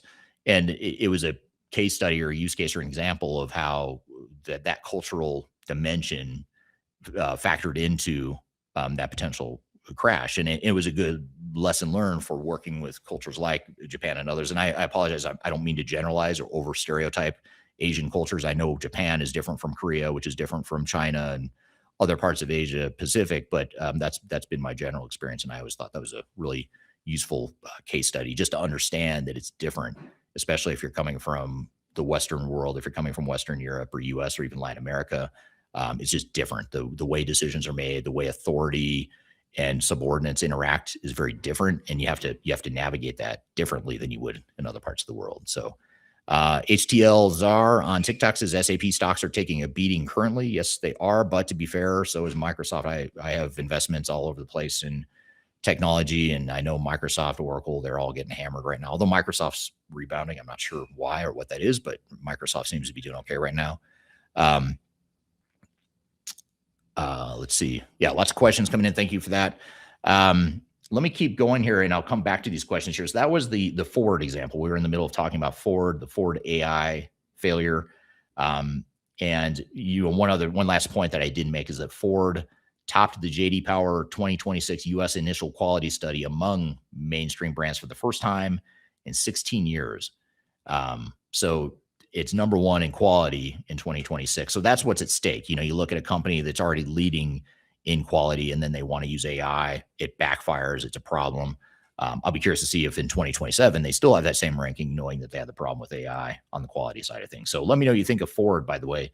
Did Ford do the right thing by hiring back all their engineers that were first replaced by AI and then asked to come back to solve all the problems that AI turns out could not fix? Love to hear what you think there. I've also talked in this podcast before, and I'll bring it up again because it is such an interesting case study, and that is Starbucks. And that was a failure that just happened a few weeks ago. I think it was in May of this year in 2026, where they retired its AI-powered automated counting inventory tool about 9 months after they rolled it out in September. They started the rollout in September across 11,000 stores in North America. They pulled the plug in May because the computer version miscounted and mislabeled items. It confused similar types of milk or missed them entirely. And then baristas were actually glad that the AI tool went away, which I thought was interesting. The people that worked at Starbucks were very thankful that they pulled the plug on this AI tool. And they said, thank you for trusting the partners over unreliable spatial recognition to handle these counts. That was a quote from one of the baristas from Supply Chain Dive magazine or website. And they say the root cause was the reliability ceiling. The model worked in clean pilots, but degraded against real world variants. So let's talk a second about the Starbucks computer vision inventory. In September of last year, Starbucks rolled out an AI-powered automated inventory counting tool across 11,000 stores in North America. And then 9 months later, they pulled the plug. So what went wrong? Well, the computer vision model worked beautifully in clean pilots, same lighting, same shelf layout, same packaging, same conditions, same everything. But when you dropped it into 11,000 stores with real chaos and reality hit, you have different milks, similar packaging, varied store layouts, people putting things in different places, and the model couldn't keep up. It miscounted, it mislabeled, it confused similar items, and then it missed others entirely. Now, I want to play for you this clip. This is a presentation I did for my YouTube channel where I actually walked through some slides, a very short presentation analyzing this case study in more detail. So I want to share it with you here because I think it's very relevant and it dives more into some of the nuances that I just mentioned. So let's roll that clip. Most of you probably know Starbucks. Starbucks is a massive coffee chain throughout the world. I don't know how many stores they have total, but this case study entails or involves 11,000 of their stores that they rolled out AI to in that first wave of their AI rollout. And this information I'll share here for me today is a combination of facts from public record, as well as my presumptions or assumptions around what probably happened and what some of the lessons and takeaways are. And most importantly, the lessons and takeaways and the things I would recommend to you going forward are things that are relevant, not only if you're going through an AI initiative, but also if you're implementing any sort of technology. You'll see that this presentation might as well have been written 20 years ago for ERP implementations. Unfortunately, for better or for worse, that's what I think of this presentation. So let's dive into it. Let's talk about what happened here. So just 9 months ago, in September of 2026, Starbucks decides they're going to roll out or go live with their new AI tool across 11,000 stores. It took them, they were live on the system for 9 months, and 99% that accuracy claimed not delivered. So 99% accurately claimed not delivered. That means they got a tiny, tiny fraction of accuracy that they were expecting. And here's what happened in brief, based on public record. It was deployed as part of the CEO's back to Starbucks turnaround, which is the tool they used was a LiDAR and a tablet carrier seemed to be used throughout this. And it was meant to really automate the Starbucks experience to where you would have automation that would track inventory, know when to order inventory. It would schedule employees and workers based on seasonality or based on expected foot traffic and whatnot. And the vendor claimed 99% accuracy at the time, but they did not get 99% accuracy or anywhere close to it. And so they retired this system toward the end of May 2026, just 9 months after using it. So they spent a lot of money, a lot of time. I imagine it was a lot of disruption to the employees at these 11,000 stores, and they had nothing to show for it at the end of it. So one of the quotes that we saw here from an internal Starbucks memo that was released publicly is that the thought behind it was great, but the execution was proving difficult. So I found that to be very interesting and a really interesting takeaway there. And there's so many things that went wrong here that were challenges in this initiative or in this case study that I think we can all learn from. One was that the system could not distinguish similar products. So it got confused based on materials or ingredients that looked similar. So it couldn't keep track of the inventory that was expected. They showed up, I guess there was a promotional video that showed the tool being used or failed to register a syrup bottle sitting on the shelf. And then the video was later taken down, but I don't know why they would use that as a promotional video, but apparently there was a video of the tool failing to register a syrup bottle that was sitting right in front of it. So it was just a kind of a micro example of what went wrong there and some of the other problems that happened. And then trust amongst employees collapsed below the usable threshold. It just wasn't sustainable because workers were having to recount things. They didn't trust the AI. There was too much inaccuracy. So it was actually creating a time tax, not a time saver. They expected that AI would actually make things better, make people more efficient, but it actually made things worse. And they spent all this time and money to make people's jobs less efficient. And then what's interesting is this stuff was demoed. The functionality was demoed during the demo process, but that didn't translate to store floor accuracy. So lighting, stocking, shelf reorganizations, visual clutter, all this stuff, all the nuances or the differences in the way that different stores stock their shelves or manage the back stock room was different enough that it created problems and disruption in the way that the system could handle some of this. So that was a presentation that I filmed for my YouTube channel recently, just really unpacking that Starbucks case study a bit more. And so what I want to do is share some of the lessons here. And one of the funniest things I think that came from this case study is how the baristas, I don't know if I'm pronouncing that right. I don't drink coffee, so I never go to Starbucks except when my wife makes me. I don't know if it's baristas or baristas. I think it's baristas. I don't use fancy words like that, like venti, latte, grande. I don't know the language of Starbucks, including baristas. But anyway, the people that work there, basically the people that give you your coffee, the actual employees celebrated when the tool was retired. So the quote from the article that I pulled from here is that they said, "Thank you for trusting the partners over unreliable spatial recognition to handle these counts." So that's the employees publicly thanking leadership for canceling the AI tool. It's crazy. And I would love to know how much they spent on that AI tool, by the way. If if you've got any inside intel on Starbucks and how much they spent on their AI, drop it in the chat. I'd love to secretly know what that number is. But here are the three lessons, that takeaways from that. One is pilots succeed in clean condition, but reality is where the problems start. So when you're doing user acceptance testing and training and all that stuff, just make sure you base it on reality, not what you're designing in a war room with whiteboards and stuff, but what's actually going to happen out on the shop floor, in the warehouse, back in accounting, procurement, all that stuff. Second, watch out for the negative ROI trap. Starbucks expected people to free up their time to spend more time with customers, but instead they spend more time fixing the AI problems. So it actually delivered a negative ROI. They spent all this money and made people less efficient. So it's a double kicker. So you definitely want to avoid that. And that's a problem that happens time and time again with AI, ERP, and other tech initiatives. And then lesson 3, the employees know first. The frontline workers know whether the tool is working long before leadership does.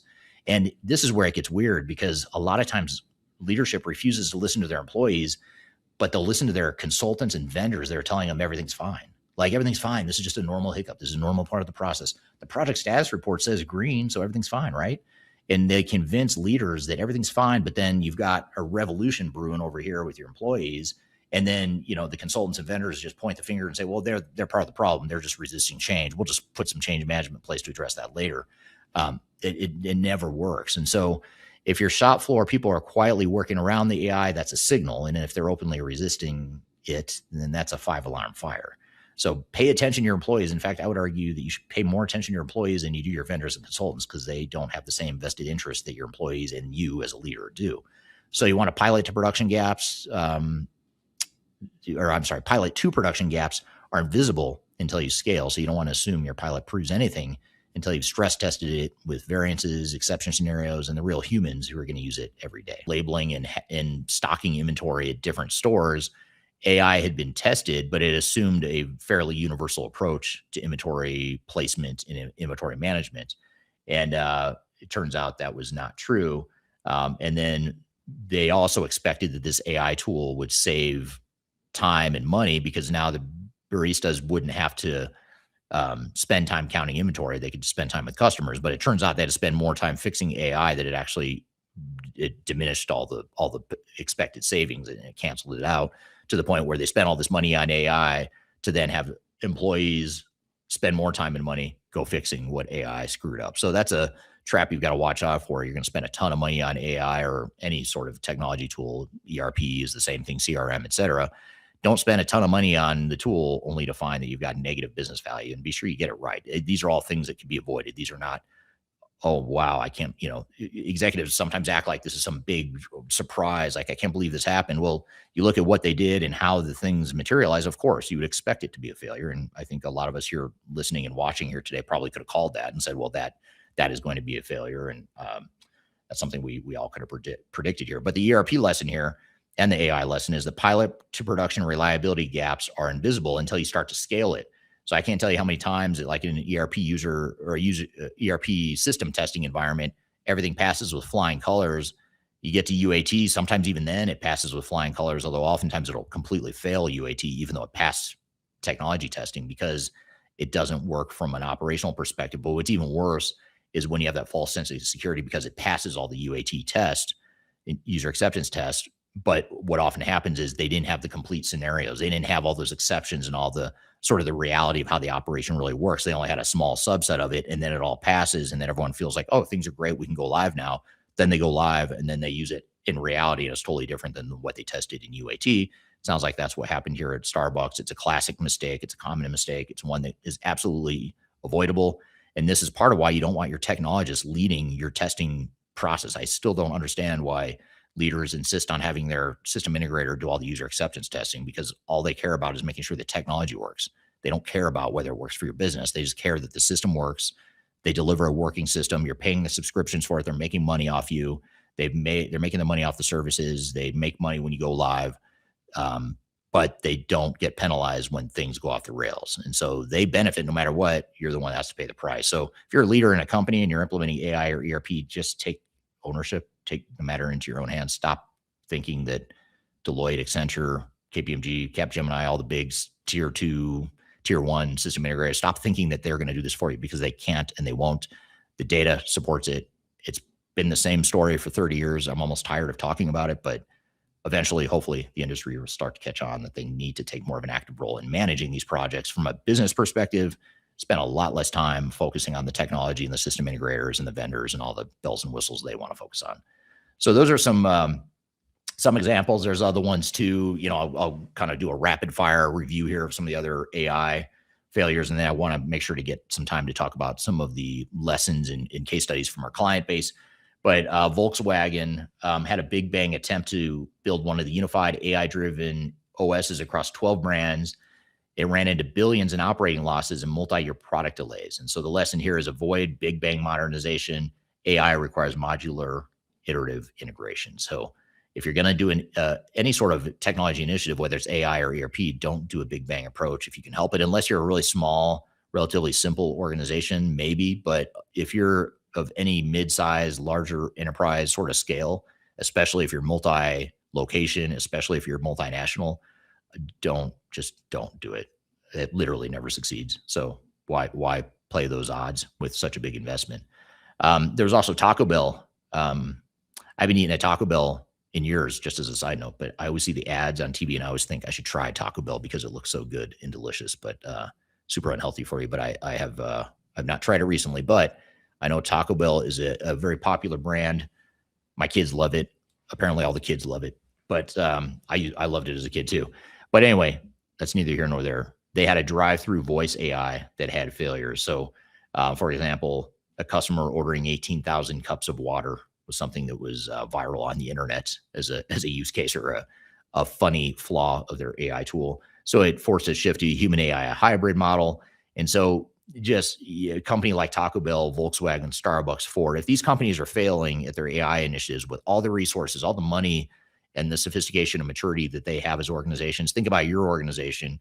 And if they struggle, what does that mean for you? I mean, I hate to say it, but it means your odds are probably even lower. Although I will say, if I'm going to stereotype or broadly generalize dangerously, which I know sometimes I do, but if I'm going to generalize, I'd say a big company like Starbucks, Volkswagen, Ford are a lot more likely to relegate complete responsibility to a big four consultancy to do this all for them, or someone like a big four, a big, massive tech vendor, let them handle it because they're the experts. And in some ways, these bigger companies are more likely to let these projects get off track. So broad generalization, I know a lot of our mid-market and like manufacturing hands-on types of leaders would never let that happen. They don't like that model. And quite frankly, that's why they hire us. But that's something to be aware of, is you just want to realize that if these big companies are struggling, then it means that anyone can struggle. There's also examples from McDonald's where they had voice ordering that had to be shut down after repeated misunderstandings, like adding ketchup and butter together. So just a few examples there. They're interesting. And then we also look at our client base, and I can't mention these by name because it's not public record and it's confidential, but I can mention the general themes or stories that we're seeing now with companies that are rolling out AI right now. So our teams are out there doing their real jobs while I'm sitting here doing a podcast. They're out actually with clients doing the real stuff. And some of the lessons that we learned so far is that AI is only as good as your data. We're here chatting about AI and ERP, hype versus reality. We've got a lot more to cover. We'll be right back with more Transformation Ground Control. Stick around.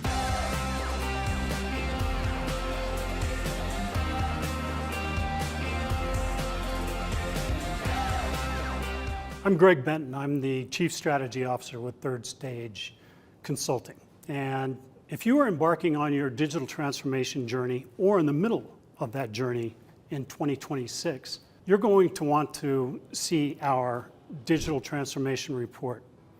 This latest edition really dives into a lot of the key trends that we're seeing in the marketplace and the ecosystem right now. It also highlights a number of the things that are happening with AI being an important component and integral part of the ERP systems that are leading the way right now. Also, the shift toward composable and best-of-breed cloud solutions is really accelerating the decline of monolithic ERP replacement. The opportunity to download the report is found at thirdstage-consulting.com. And you'll also find other tools that will help you in the initiatives and the business planning that you're doing for 2026. Don't leave phase zero without it. Reach out today. I want to encourage you to read our Guide to Organizational Change Management. It's a free report or free guide that we publish. It's one that I actually wrote that talks about best practices and lessons learned as it relates to change management. So as you know, on this podcast, we cover a lot of stuff related to the human sides of change, organizational change management, including training, communications, org design, all kinds of stuff as it relates to change management. So if you're trying to learn more about change management, or you're looking for more direction and ideas on how to get started on your change management strategy and your overall journey, be sure to check out this guide. You can read it by scanning the QR code on the screen in front of you, or in the links below for this particular podcast episode. You can find a link to take you to the page that'll allow you to register to go ahead and download that and read it for free. So be sure to check it out. It's the Guide to Organizational Change Management, written by yours truly. I hope you enjoy it. Let me know what you think, and hope you enjoy the rest of this episode. Hello, welcome back to Transformation Ground Control, episode number 280. We're here talking about AI and ERP, hype versus reality. We're talking about everything related to change management. So if you're trying to learn more about change management, or you're looking for more direction and ideas on how to get started on your change management strategy and your overall journey, be sure to check out this guide. You can read it by scanning the QR code on the screen in front of you, or in the links below for this particular podcast episode. You can find a link to take you to the page that'll allow you to register to go ahead and download that and read it for free. So be sure to check it out. It's the Guide to Organizational Change Management, written by yours truly. I hope you enjoy it. Let me know what you think, and hope you enjoy the rest of this episode. We're talking about everything written by yours truly. I hope you enjoy it. Let me know what you think, and hope you enjoy the rest of this episode.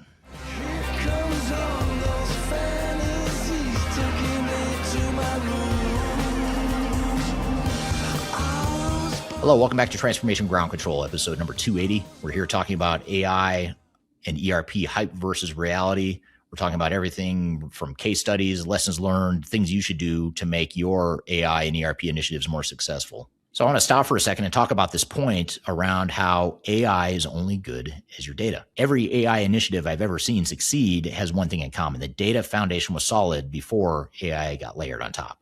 So if your AI is messed up, if your data is messed up, your AI is not going to work. Your AI is going to be messed up. So every AI initiative I've ever seen fail has the opposite. They have leaders trying to use AI as a shortcut and around the data problems they didn't want to fix. So there's a brutal truth behind this, and that is AI doesn't fix bad data. It just amplifies it faster at scale in ways your team won't see until it's too late. And so that's really important. And so there's 3 things to put in place before you turn on your AI in your enterprise. You need to make sure you have master data hygiene. You want to make sure your customers, vendors, products, employees, locations, accounts, all that stuff is cleaned up and you don't have duplicates, gaps, or inconsistency, because if you have garbage in, you're going to get garbage out. Data governance is the second thing. Who owns the data? Who validates it? Who has the authority to change master data? How are human processes affecting data? And how can we make sure there's guardrails to make sure it doesn't corrupt the data? And then finally, humans in the loop. We need to make sure, especially in regulated or high stakes environments, you need to make sure that humans are part of the decisions, not using AI to replace them. And in both the Ford and the Starbucks case studies we talked about, they failed largely because they pulled humans out of the loop too early. And so the irony here is that most leaders skip the data work because it's boring, it's slow, it's unsexy. AI is way cooler to talk about and look at and see and touch and feel. But the companies that do the data work, the dirty work, they're the ones who eventually win with AI or even ERP initiatives too. So everyone else is building castles on sand, but don't be the castle on the sand company. So if your master data sucks, your transactional data sucks, if there's no data governance and people keep corrupting the data unknowingly because the data governance and the processes aren't right, AI is not going to add value. You have to figure that stuff out first before you add value, or before you expect to get value out of it. Making sure that you've got the governance. I mentioned that. Who owns the data? Who validates AI outputs? Who's accountable when the system's wrong? You have to keep humans in the loop. That's why I don't quite understand what Ford was thinking when they got rid of their engineers in the name of AI. Terrible idea. Would not recommend it, especially with where AI is now. Maybe 5 years from now, we'll be in a spot where you could say, okay, now we can start laying people off at scale. That'll be unfortunate. That will suck, but now is not the time for sure. AI done right. I talked about our internal AI tool called Mission Control AI. It's a tool set we use at Third Stage. It's the way our team will benchmark to other clients. We've had over 400 digital transformations we've been involved with as paying clients, another 600 or 700 where we've had deep conversations with them about their implementations. Maybe they didn't hire us for our services, but we did have conversations and some learnings from it. So well over 1,000 organizations in our AI data set. And so now when a small team of say 3 to 4 consultants from our team is working with a client, they have access to all 1,000 plus lessons and learnings from 1,000 plus different customers, as well as access to the hundreds of consultants that have worked here over the years and the knowledge base that they brought to the table. So Mission Control AI is a very powerful tool, but even as powerful as it is, even though we're not using it to eliminate jobs, we have not eliminated jobs. We've only grown since we've implemented the tool. And I think we'll continue to grow. And it's another revenue stream for us. So there's monetary benefit to it, but one of them is not to reduce headcount. If anything, it's just making us so much better and stickier with our clients, and it's making us smarter.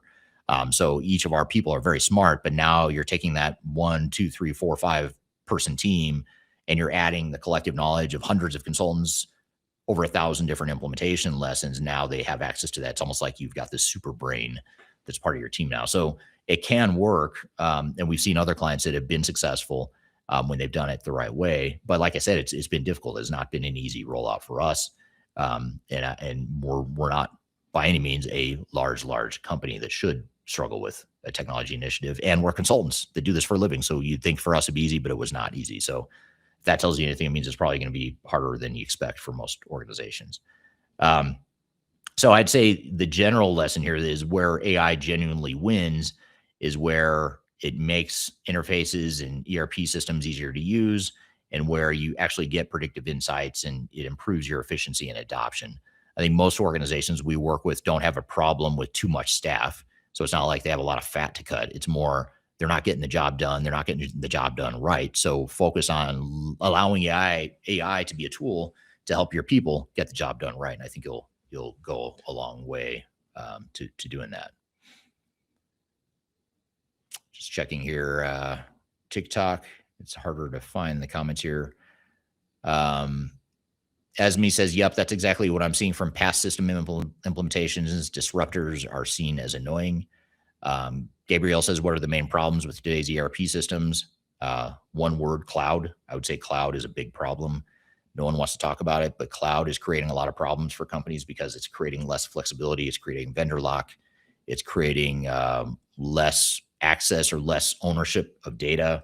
It's creating less control over what your operations and your workflows are going to look like in the future. Vendors will tell you all day that that's a good thing because they are the experts. They have best practices, blah, blah, blah, blah, blah. That's not true. They build the software a certain way that they think is best, but at some point in the future, if not now, you're going to find many ways that that system is not going to work for your business. And the problem with cloud now is you don't have as much flexibility as you used to have with the on-prem. So I think cloud is the main problem with today's ERP systems. And the fact that we're still implementing ERP systems like it's 1999. That's the other problem. If we would just stop implementing ERP and technology like it's 1999, the world would be a better place. But for some reason, we insist on doing it like it's 1999. Quite frankly, I think it's because the vendors and system integrators are largely living like it's 1999, selling and delivering as though it's 1999, and end customers and their leadership teams are believing that the approach in 1999 is somehow relevant today, when in 1999, failures were through the roof. Here in 2026, they're even greater. Hello, Joe on TikTok says, yo, what do you think about S4HANA? I'm going to pass on that because I have very mixed feelings about S4HANA, and I have very mixed feelings about most ERP systems. But thank you for that. I'll do a separate session on that. How about a whole separate live session on what I really think about SAP S4HANA? That might be kind of fun and interesting. So I want to leave with, well, actually, let me get to some other questions here. There's a bunch of questions I'm not answering that I want to get to before I kind of give you some closing thoughts and takeaways here. Here's a question from Megan on LinkedIn. Megan says, are there certain parts of the implementation process that change when you start working in different regions and cultures? Yeah, absolutely. And this is a good point back to the comment on TikTok around working with a company in Japan and having to navigate different cultures. You just have to you have to understand how the culture that you're working in. I don't mean just geographic, Japanese or Asian culture versus American culture versus European cultures. I don't mean that. I do mean that partially, but I also mean just the culture of your business. Every business in every industry in every country has its own culture. Some are more entrepreneurial than others. Some are very command and control-ish. Some are very flexible and nimble. Some are too rigid. You know, there's just all these different types of cultures. They aren't really good or bad. I think it's easy to pass judgment on different cultures, but we have to understand what those cultures are and adjust our approach accordingly. And this is a great question because most ERP implementation proposals from vendors and system integrators assume a homogeneous culture. It assumes a homogeneous company. In most situations, operationally and organizationally and culturally, there's a lot of diversity in these companies. And when you try to take a cookie cutter approach to implementation, that creates a ton of problems. So you've got to consider the culture you're dealing with, not only from a change management perspective in terms of how you communicate with them, how you bring them along, bring them through the journey, but even more fundamentally to Megan's question here, how do you implement? What's the right strategy for that part of the business? Because it might be different. You might take a more collaborative approach in one part of the world. In another part of the world, it might be more top down. In one part of the world, it might be more, we're going to standardize operations. In another part of the world, it might be a little more flexibility, a little more decentralization. But all that stuff that Megan's asking, you have to decide all that up front. If you don't decide that in your phase zero without your vendor involvement, by the way, because your vendor is going to tell you to do things all in a cookie cutter canned sort of way, and that's not the right answer, and it never is the right answer, by the way, but yet that's what is constantly sold nearly 100% of the time. You've got to do this stuff in phase zero before you bring in the vendor, the system integrator, the technical implementers, because they're just going to go down this path that they're used to that's not going to take these nuances into consideration. And it's these small nuances that aren't so small. These are huge, huge implications. So that's a great question, Megan. Thank you for that. Brady on LinkedIn says, joining late, looking forward to what you have to say here, Rick. Unfortunately, I can't repeat it all. I don't have time for that today, but you can rewind it You can go back and watch whatever you might have missed here. So thanks for joining today, Brady. Jason on LinkedIn says, in today's agentic AI era, do ERP security models break down? If today is good enough and over provisioned access works for people, will it still work for thousands of AI agents?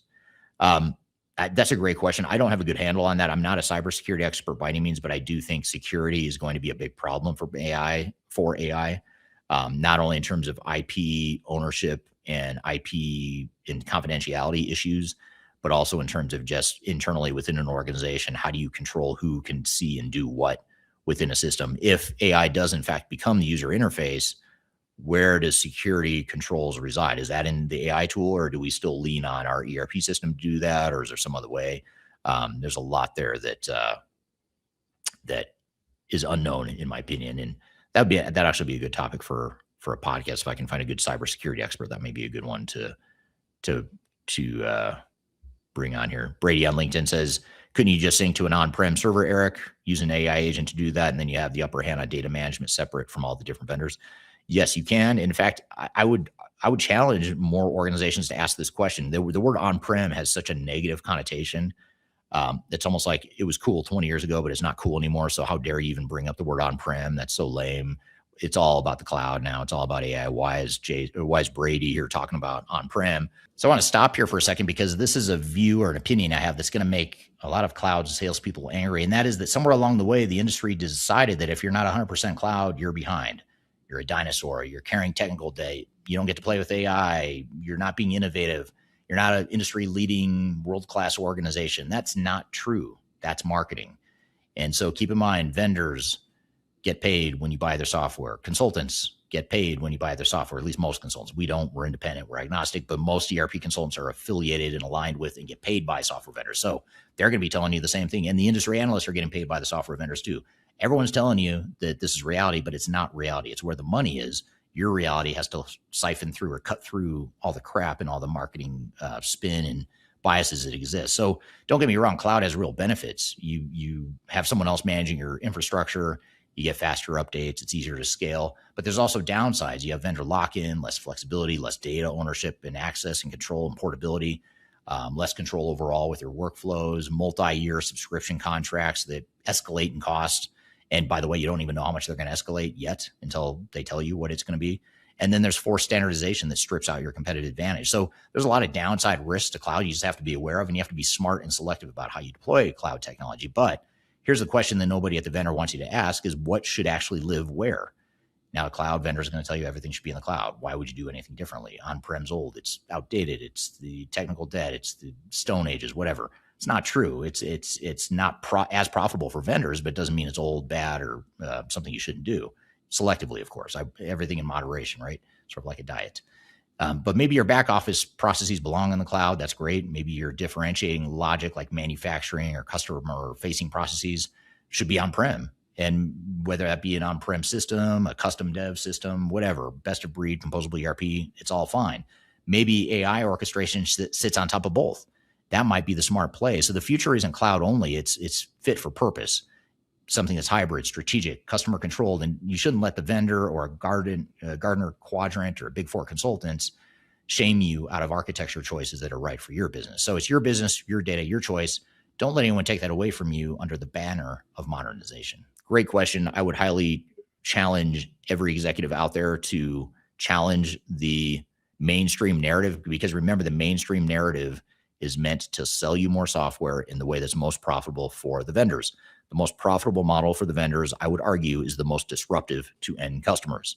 And if you see this book right behind me here, it's Welcome to the Machine. It's the one with the black cover.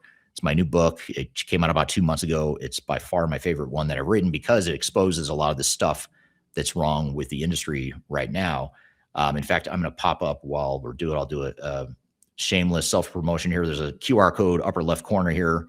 You can scan that. It'll take you to the page where you can read about the book. You can buy it there electronically. You can get the audiobook, or you can get a physical hardcover paperback delivered to you anywhere in the world. I'll leave that up for the rest of the session here, the rest of the discussion, but be sure to check out that book, because I talk in there about how customers, vendors, and consultants are dysfunctional. It's a dysfunctional, toxic relationship of sorts, and it's not going to change anytime soon. So it's not meant to just complain about something that can't be changed. the book actually prescribes what to do about it. First is understand what are the inner workings of consultant, vendor, and customer. And they all, by the way, contribute to dysfunction, and they contribute to failure in their own unique, unintentional ways. But it creates this machine of failure. And so the technology industry has done a great job of building a machine that delivers profit, guaranteed profit and growth to vendors and consultants, but customers are almost guaranteed failure. And that on the surface is bizarre. I can't believe that the whole multi-billion-dollar industry exists that operates that way with that big of a flaw, but here we are. And it's nothing new, by the way. It's always been this way. But this book is the first one I know of where it talks about all the sort of the organizational psychology and the way the interactions happen. And then more importantly, what you can do about it to overcome that, to know that the machine is going to persist, but what can you do longer term to ensure that those things go away? So, or that those issues get resolved and that you navigate these projects in a way that's beneficial to you. And it's meant to show you how the machine can be shut down the way it is now, or not shut down completely, but shut down for you to where the negative stuff doesn't affect you, but you can turn it to your advantage if you know how to challenge and confront the machine. So that's what the whole book is about. I highly recommend it. And I know I'm totally biased, but I do really like it. Here's a question from his talk on LinkedIn. What is the 2026 best practices then? What makes 1999 bad? I don't know that 1999 is bad. It's just that that's right at the time. So I was starting my career right at the time that the Y2K.com bubble was building and brewing. It feels a lot like the AI bubble, the early stages, this AI bubble. But I just saw, even then, I was 24, 25, 26 years old at the time, new to consulting, new to the corporate world. And I just saw so many leaders and organizations just in this mad dash, just going crazy, trying to upgrade their systems in time for the Y2K risk and the end of the world that was apparently going to happen if we didn't all upgrade in mass in the 90s. And it was a lot of irrational decision-making, a lot of technology first focus. And I feel like that ripple effect, that approach is just, the momentum has continued on for 27 years. And I think it's not that 1999 was bad, it's just that it was irrational. It was too focused on technology.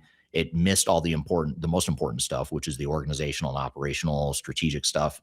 And you had the big players, the big vendors and SIs that were out promoting that approach that was failing, and they still are. So I guess, I don't know if I'm answering your question. I'm not saying it's bad. I'm just saying the approach was bad, and it still is. So 2026 best practice is not the way we're doing it. It's a different way. And I would just say, go to my YouTube channel and check out some of the videos. I talk a lot about what I would consider best practice. And there's a lot to that. Brady LinkedIn follows up with bingo, get rid of vendor lock. Thanks for commenting on that. You could also sync to a hosted server too, separate from Oracle, SAP, etc. Absolutely true. You can get your own hyperscaler. You can do what you want. It's your technology. But the minute you move to the cloud and you sign that RISE contract, or you sign that contract to move everything to the cloud, you are giving up a certain amount of control and flexibility. Vendors love it. Again, it's perfect for vendors. It's a great business model. If I were a vendor, I would be doing it too. So I'm not knocking them. We all have a business to run. We all have profit to make. Great. But if I'm a leader in an organization, I'm going to see it for what it is and say, well, hold on. If it makes sense for me, sure, I'll do that. I will conform to that model. But there's so many cases where it just doesn't make sense for a customer and they think they have no options. But you do. It's your company. Don't let me or a vendor or anyone else tell you how you need to run your business. You wouldn't let you're not going to let a general contractor come in and tell you how you need to build your factory. There's only one way to do it. And by the way, it's going to cost you way more than you expect. It's probably going to fail, but go ahead and give me $100 million to build this new factory. It sounds ridiculous, right? You would never do that. But that's exactly what we're doing over here in the technology space. I don't quite understand why that is.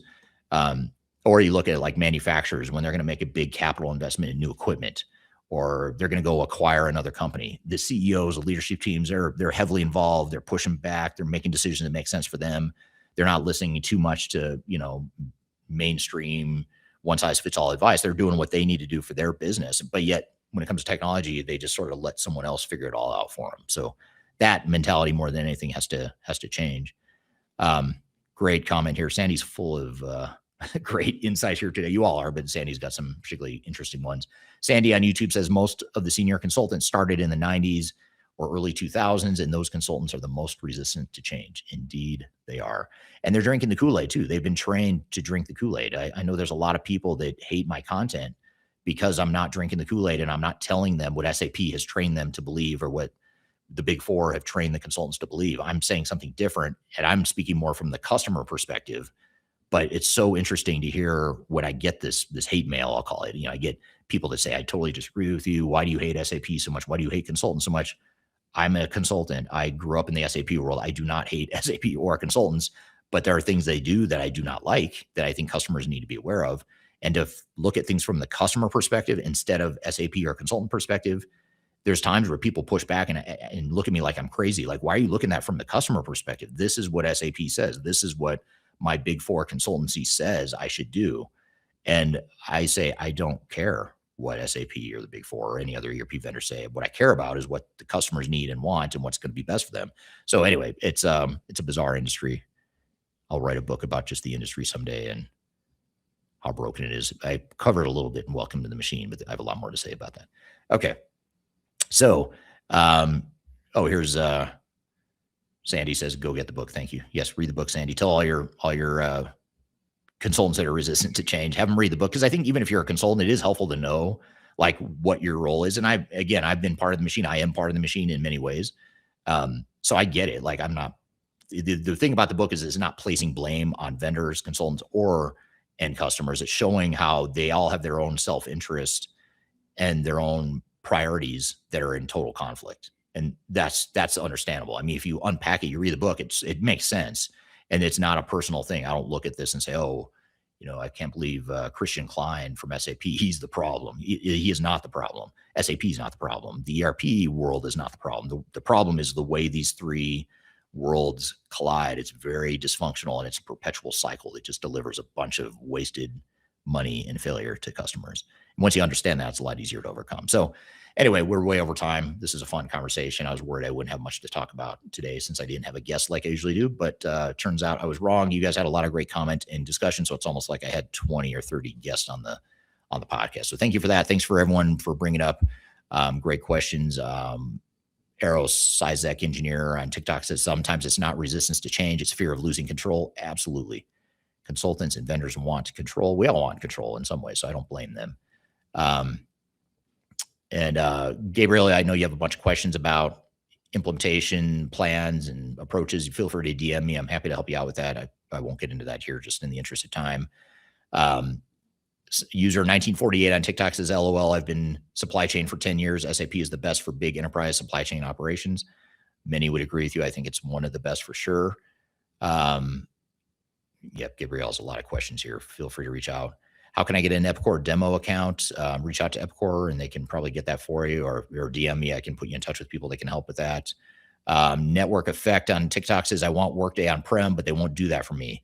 We have Atlassian products on-prem only. That's tough with Workday because they are a SaaS or cloud-based solution. So getting it on-prem would be very difficult, if not impossible.